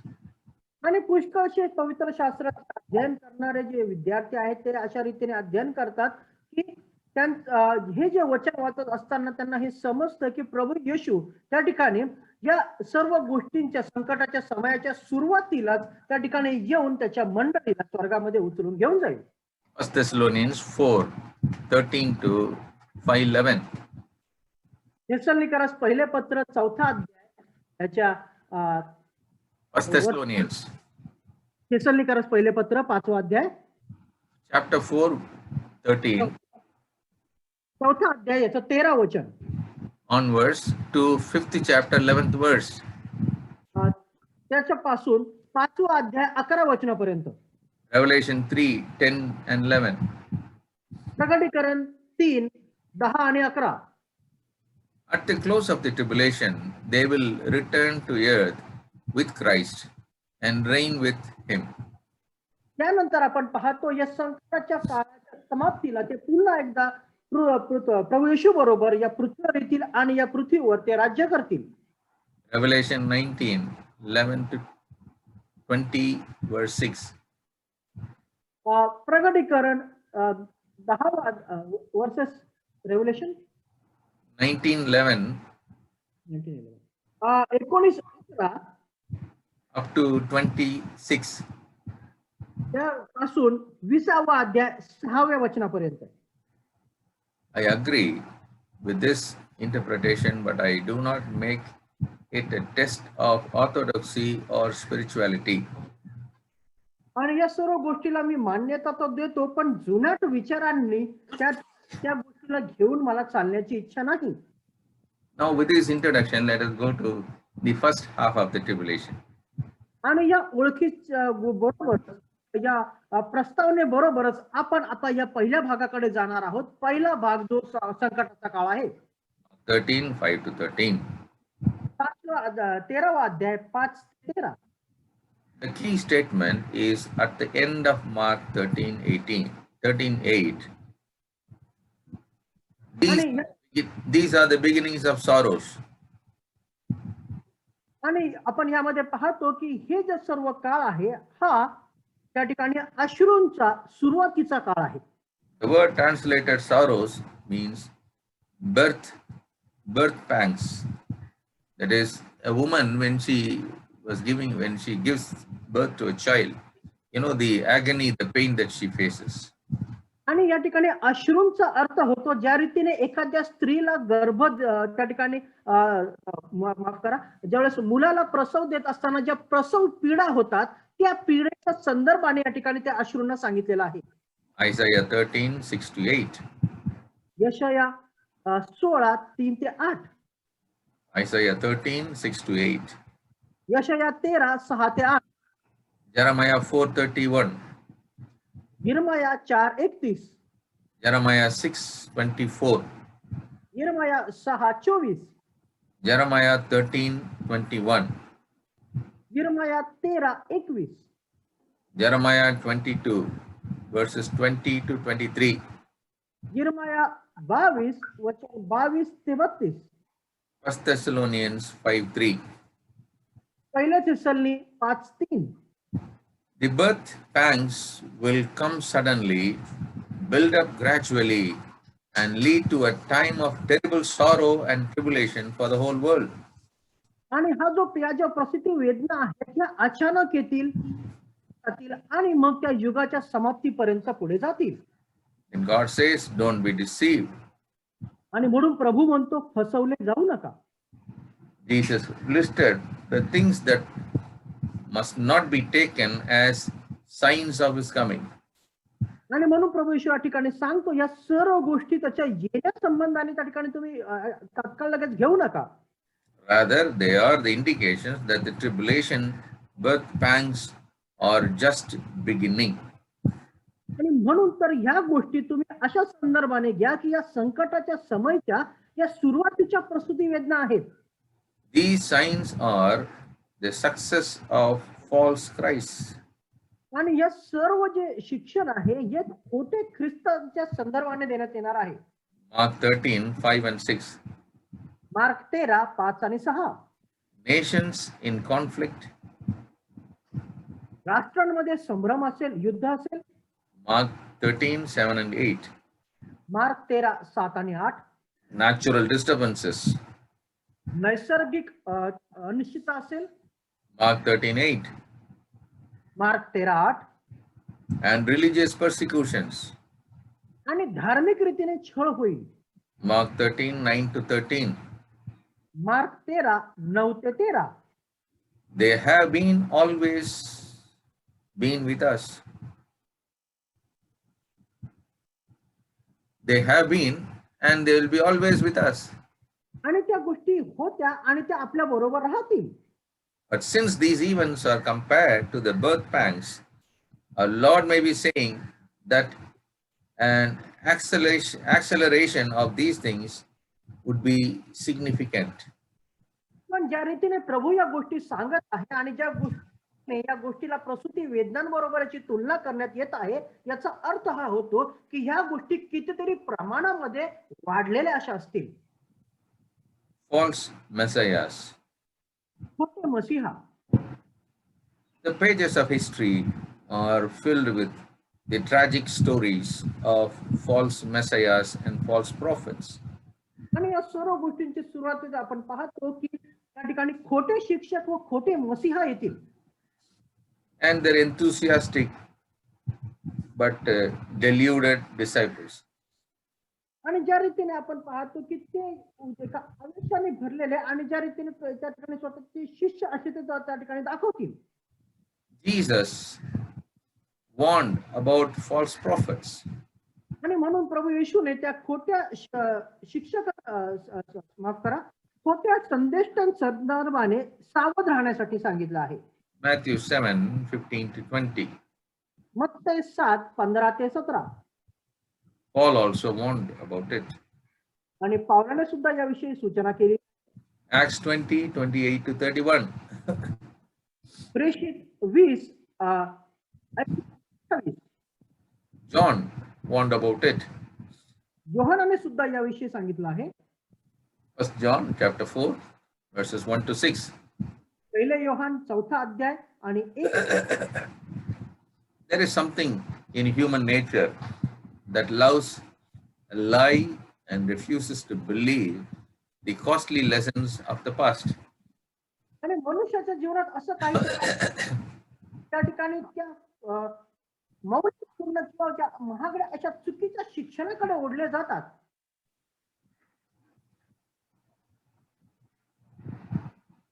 Mark Twain said that a lie runs around the world while truth is putting on her shoes. Mark Twain. Mark ट्वेन असं सांगितलेलं आहे, त्यांनी असं सांगितलेलं आहे की या सर्व गोष्टी ज्या आहेत आपल्याला अंताकडे घेऊन जातात. How easy it is for spiritually blinded people to follow popular leaders and gullibly accept their simple but erroneous solutions for the problems of life. आणि जीवनाच्या समस्यांसाठी लोकांकडून किंवा त्या पुढाऱ्यांकडून दिल्या गेलेल्या त्या शिक्षणाकडे लोक कशा रीतीने आंधळे होऊन मागे चालतात याविषयी आपण त्या ठिकाणी पाहतो. Jesus warned his disciples not to be deceived by these impostors, and that warning holds good today. आणि म्हणून प्रभू येशूची इच्छा आहे की या सर्व गोष्टींमध्ये आपण सावध राहावं आणि व त्या गोष्टीच्या मोहामध्ये किंवा त्या गोष्टीच्या पकडीमध्ये आपण येऊ नये. Then he speaks about, now the first one is he was speaking about false messiah. He said, don't be deceived with the false messiahs. आणि पहिली गोष्ट या ठिकाणी तो सांगतो बद्दल की खोटी ख्रिस्त व मसीहांच्या त्याच्याद्वारे तुम्ही फसवले जाऊ नका. Then he says there will be political conflicts and don't be deceived. आणि मग पाहतो की राजकीय अनैतिक अनिश्चित असेल आणि म्हणून तुम्ही फसवले जाऊ नका. He says there will be political conflicts in the world. आणि जगामध्ये राजकीय संग्राम किंवा गोंधळ असेल. Mute the video.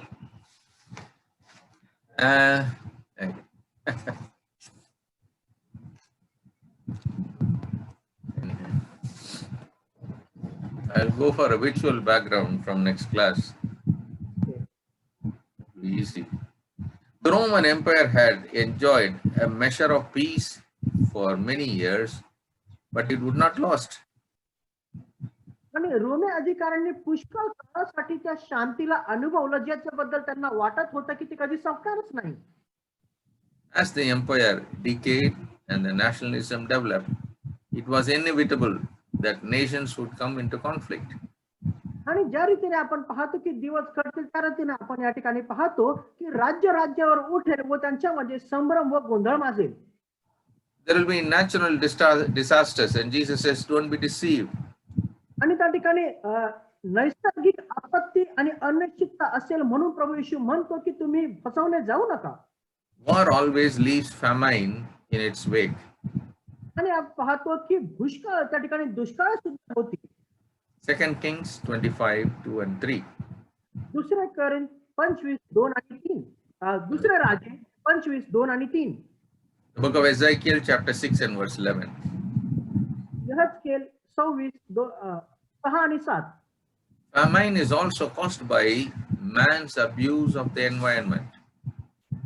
दुष्काळ बऱ्याच वेळेला निसर्गा संदर्भाने मनुष्याच्या चुकीच्या वर्तनामुळे येतो. Or it can be sent by God as judgment. किंवा परमेश्वराकडून एक न्याय म्हणून सुद्धा तो उतरतो. 1 Kings 17:1. पहिले राजे 17:1.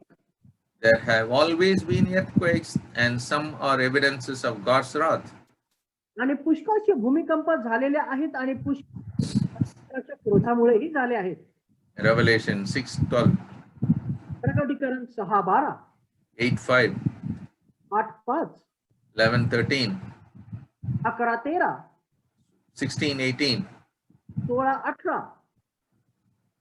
Since natural disasters have many causes, नैसर्गिक आपत्तीचे अशी कारण असू शकतात.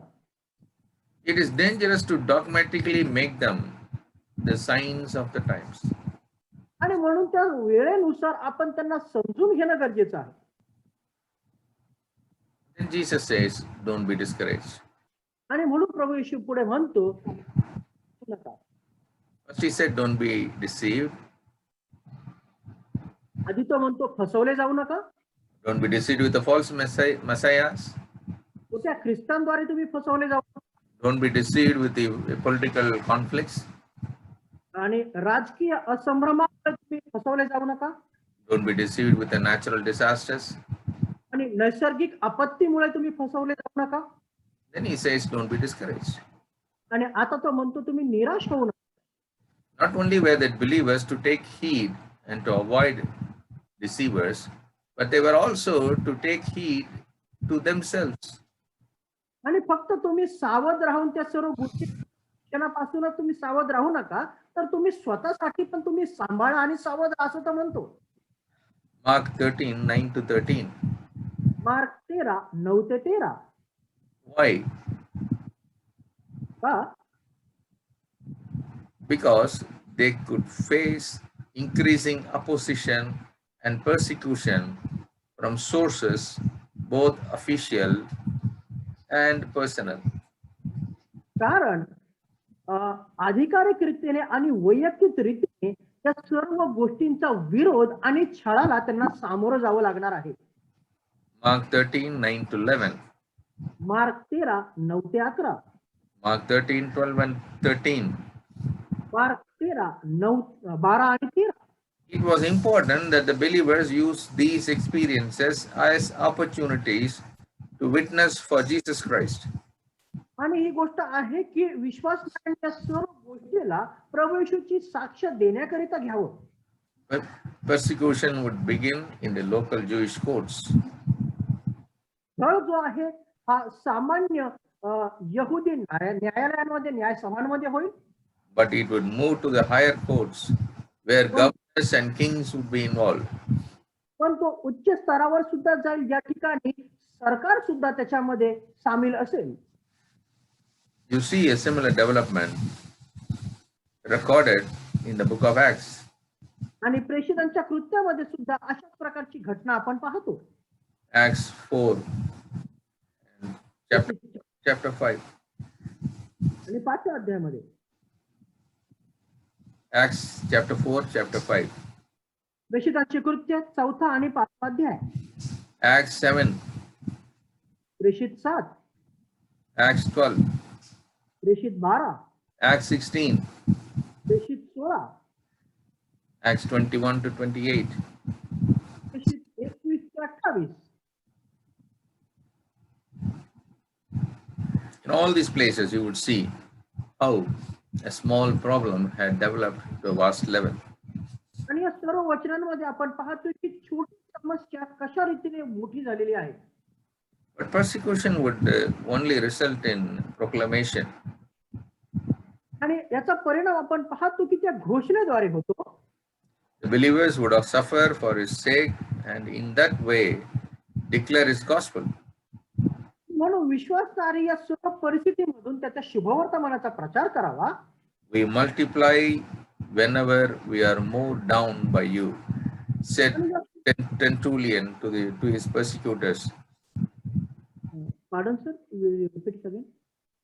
A man called Tertullian,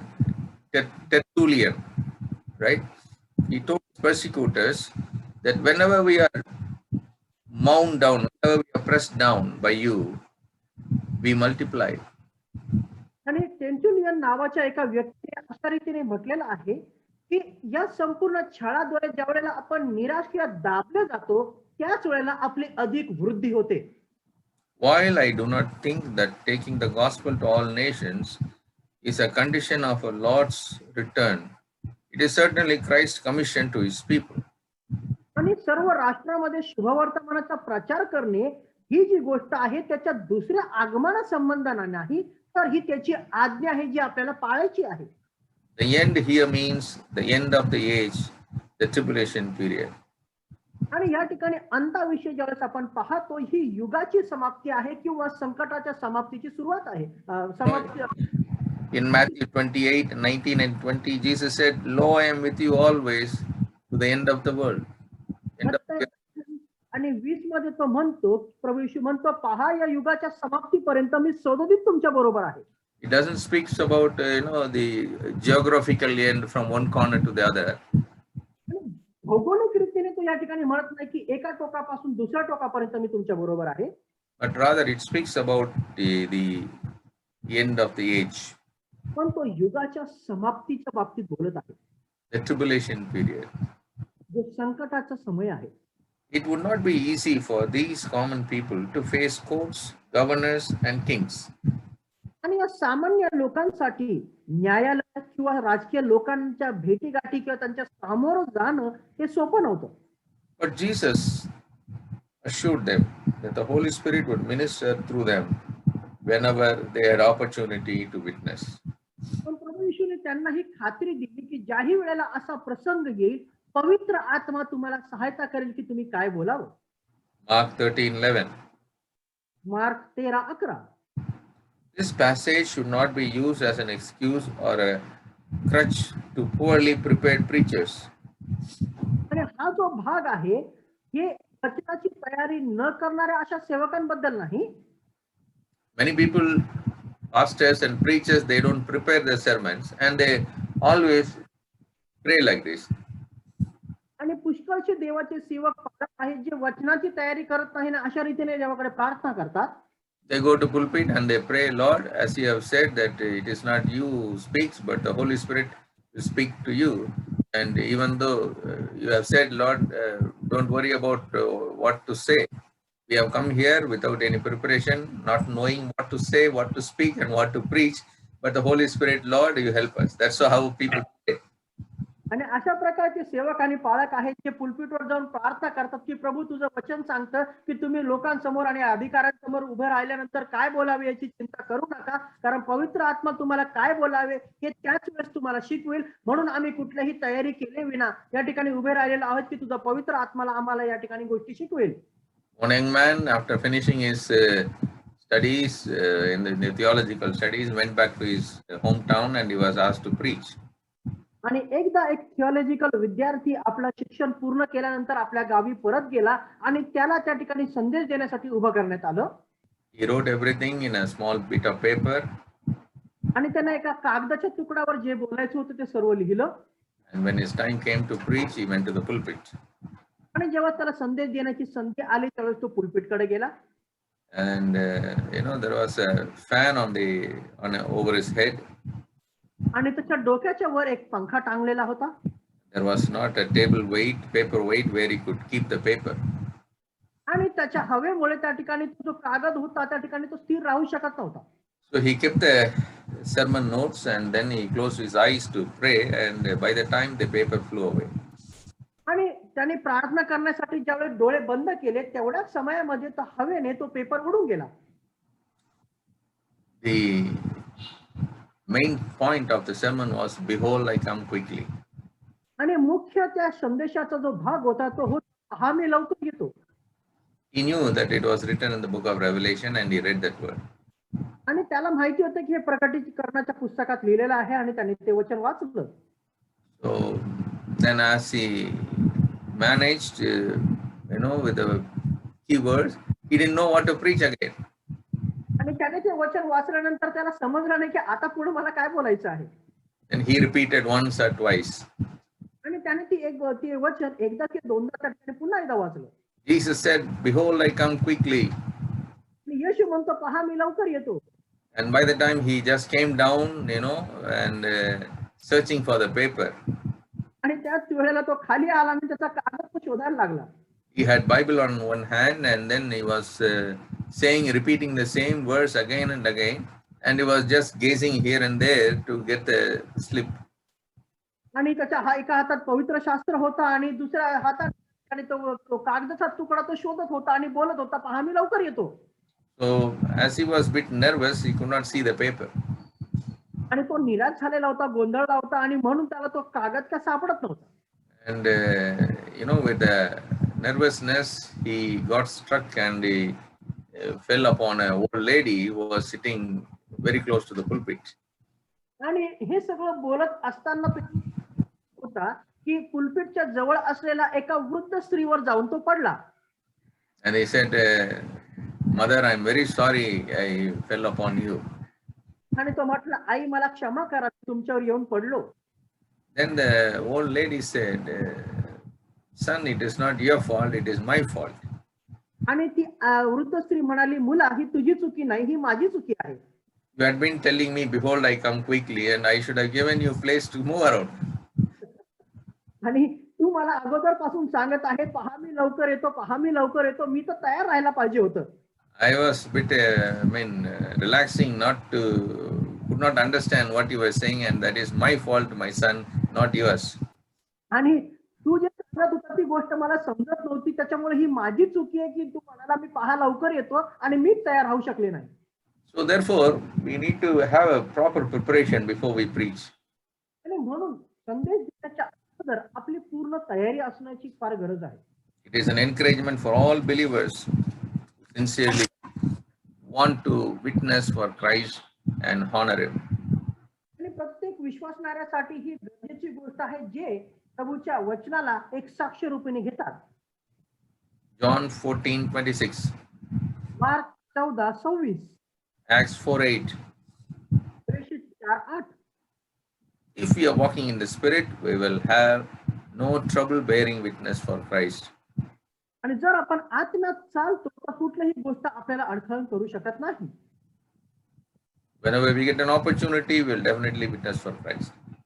आणि जेव्हाही वेळेला आपल्याला संधी मिळते निश्चित आपण ख्रिस्तासाठी एक साक्ष बनावं. John 15:26 and 27. मार्क 16:26 आणि We can understand official persecution. आणि आधिकारिक रीतीने आपण छळाला पाहू शकतो. But why would friends and family members create problems for believers? पण का विश्वासणाऱ्यांसाठी त्यांचेच मित्र किंवा परिवारातले लोक समस्या निर्माण करतात? See Micah chapter 7 and verse 4. Mika 4 अध्याय आणि 7 अध्याय आणि याच्या 4 वचनामध्ये, John 15, 18 to 27. योहान 14 आणि वचनात, John 15, 18 to 27.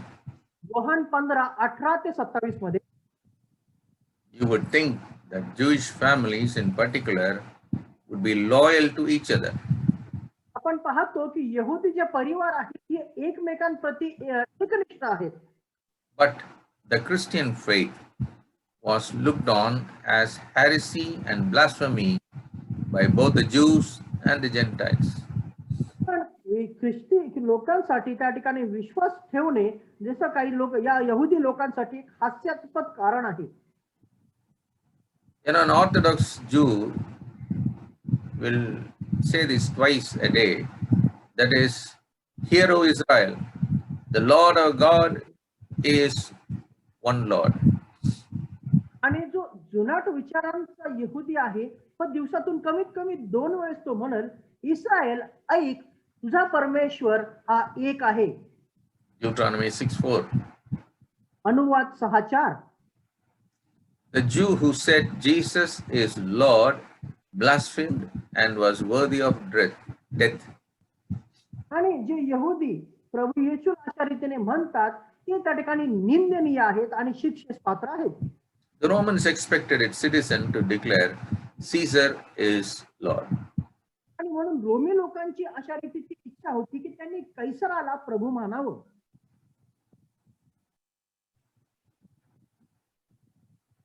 Or suffer the consequences. आणि त्यांना त्यांचे परिणाम भोगावे लागले. Thus, families and friends would be torn between their loyalty to the ancient faith and the nation and their devotion to loved ones. आणि असे काही लोक आहेत जे त्या ठिकाणी त्यांच्या जुनाट विचार किंवा रूढी परंपरांनुसार चालतात आणि त्यावरच आपला विश्वास ठेवते असतात. The real cause of persecution is stated in Mark 13:13. आणि छळाचं प्रमुख कारण जे आहे आपल्याला मार्क 13:13 मध्ये पाहायला मिळतं. For my name's sake. माझ्या नामामुळे. If we identify with Jesus Christ, we can expect the world to treat us the way it treated him. आणि जर आपण प्रभू येशू ख्रिस्ताविषयी जर पाहिलं तर ते नाव आहे जे आपल्याला त्या ठिकाणी ज्या नावामुळे आपल्याला छळाला सामोरं जाऊ शकतं. John 15:20. Yohan 15:20. You can belong to all sorts of weird religious groups today and not suffer much opposition from the family and friends. आणि तुम्ही वेगवेगळ्या समूहाबरोबर एकत्र राहू शकता ज्याचे जर तुम्हाला असं वाटेल की आम्हाला पुष्कळच्या छळाला सामोरं जावं लागणार नाही. But the minute you bring the name of Jesus into the picture and share the gospel, somebody will start to oppose you. ज्या क्षणाला तुम्ही येशूचं नाव घेऊन शुभवर्तमान सांगण्याचा प्रयत्न कराल त्यावेळेला कोणीतरी येऊन तुमचा विरोध करेल. His name is still hated. कारण त्याच्या नावाला आजही लोक द्वेष करतात. Do not interpret Mark 13:13 as a condition for salvation.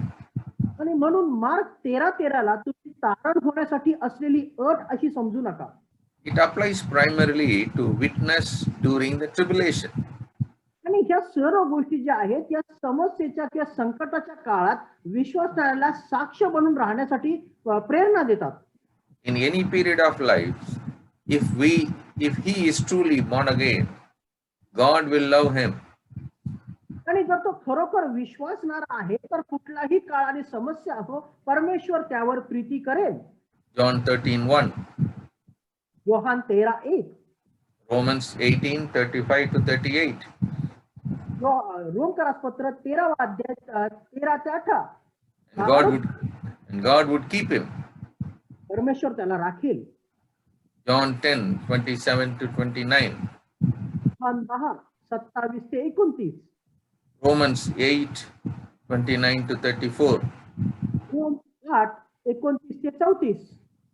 Since the end in Mark 13:7 means the end of the age, that is likely that it means in Mark what it means in Mark 13:13. आणि mark 13:7 नुसार जो शेवट होणार आहे तो शेवट आपल्याला mark 13:13 मध्ये पाहायला मिळतो. During the tribulation, the true believers will prove their faith by their faithfulness. आणि या संकटाच्या समयामध्ये खरे विश्वासणारे जे लोक त्या आहेत दिवशी फोन घे त्या ठिकाणी प्रकट करतील. तर तिकडे जाऊन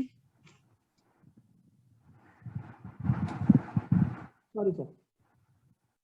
Okay. They will not give in to godless pressures or false religion. आणि ते कुठल्याही प्रकारे चुकीच्या त्या धर्माकडे किंवा पंथाकडे वळणार नाहीत. Revelation 13. Revelation 13.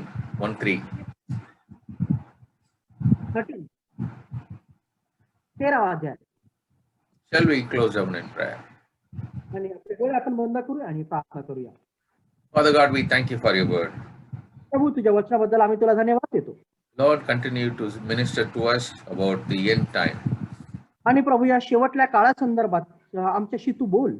There are so many teachings about this in these days. Lord, help us to understand what your word is teaching us. आणि प्रभू या शेवटल्या काळामध्ये पुष्कळशे शिक्षण या ठिकाणी येत आहे, पण प्रभू आम्हाला सहायता कर की प्रभू तू काय आम्हाला शिकवू इच्छितोस.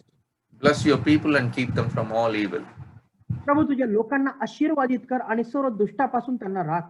In Jesus' name I pray. येशूच्या द्वारे प्रार्थना करतो. Amen.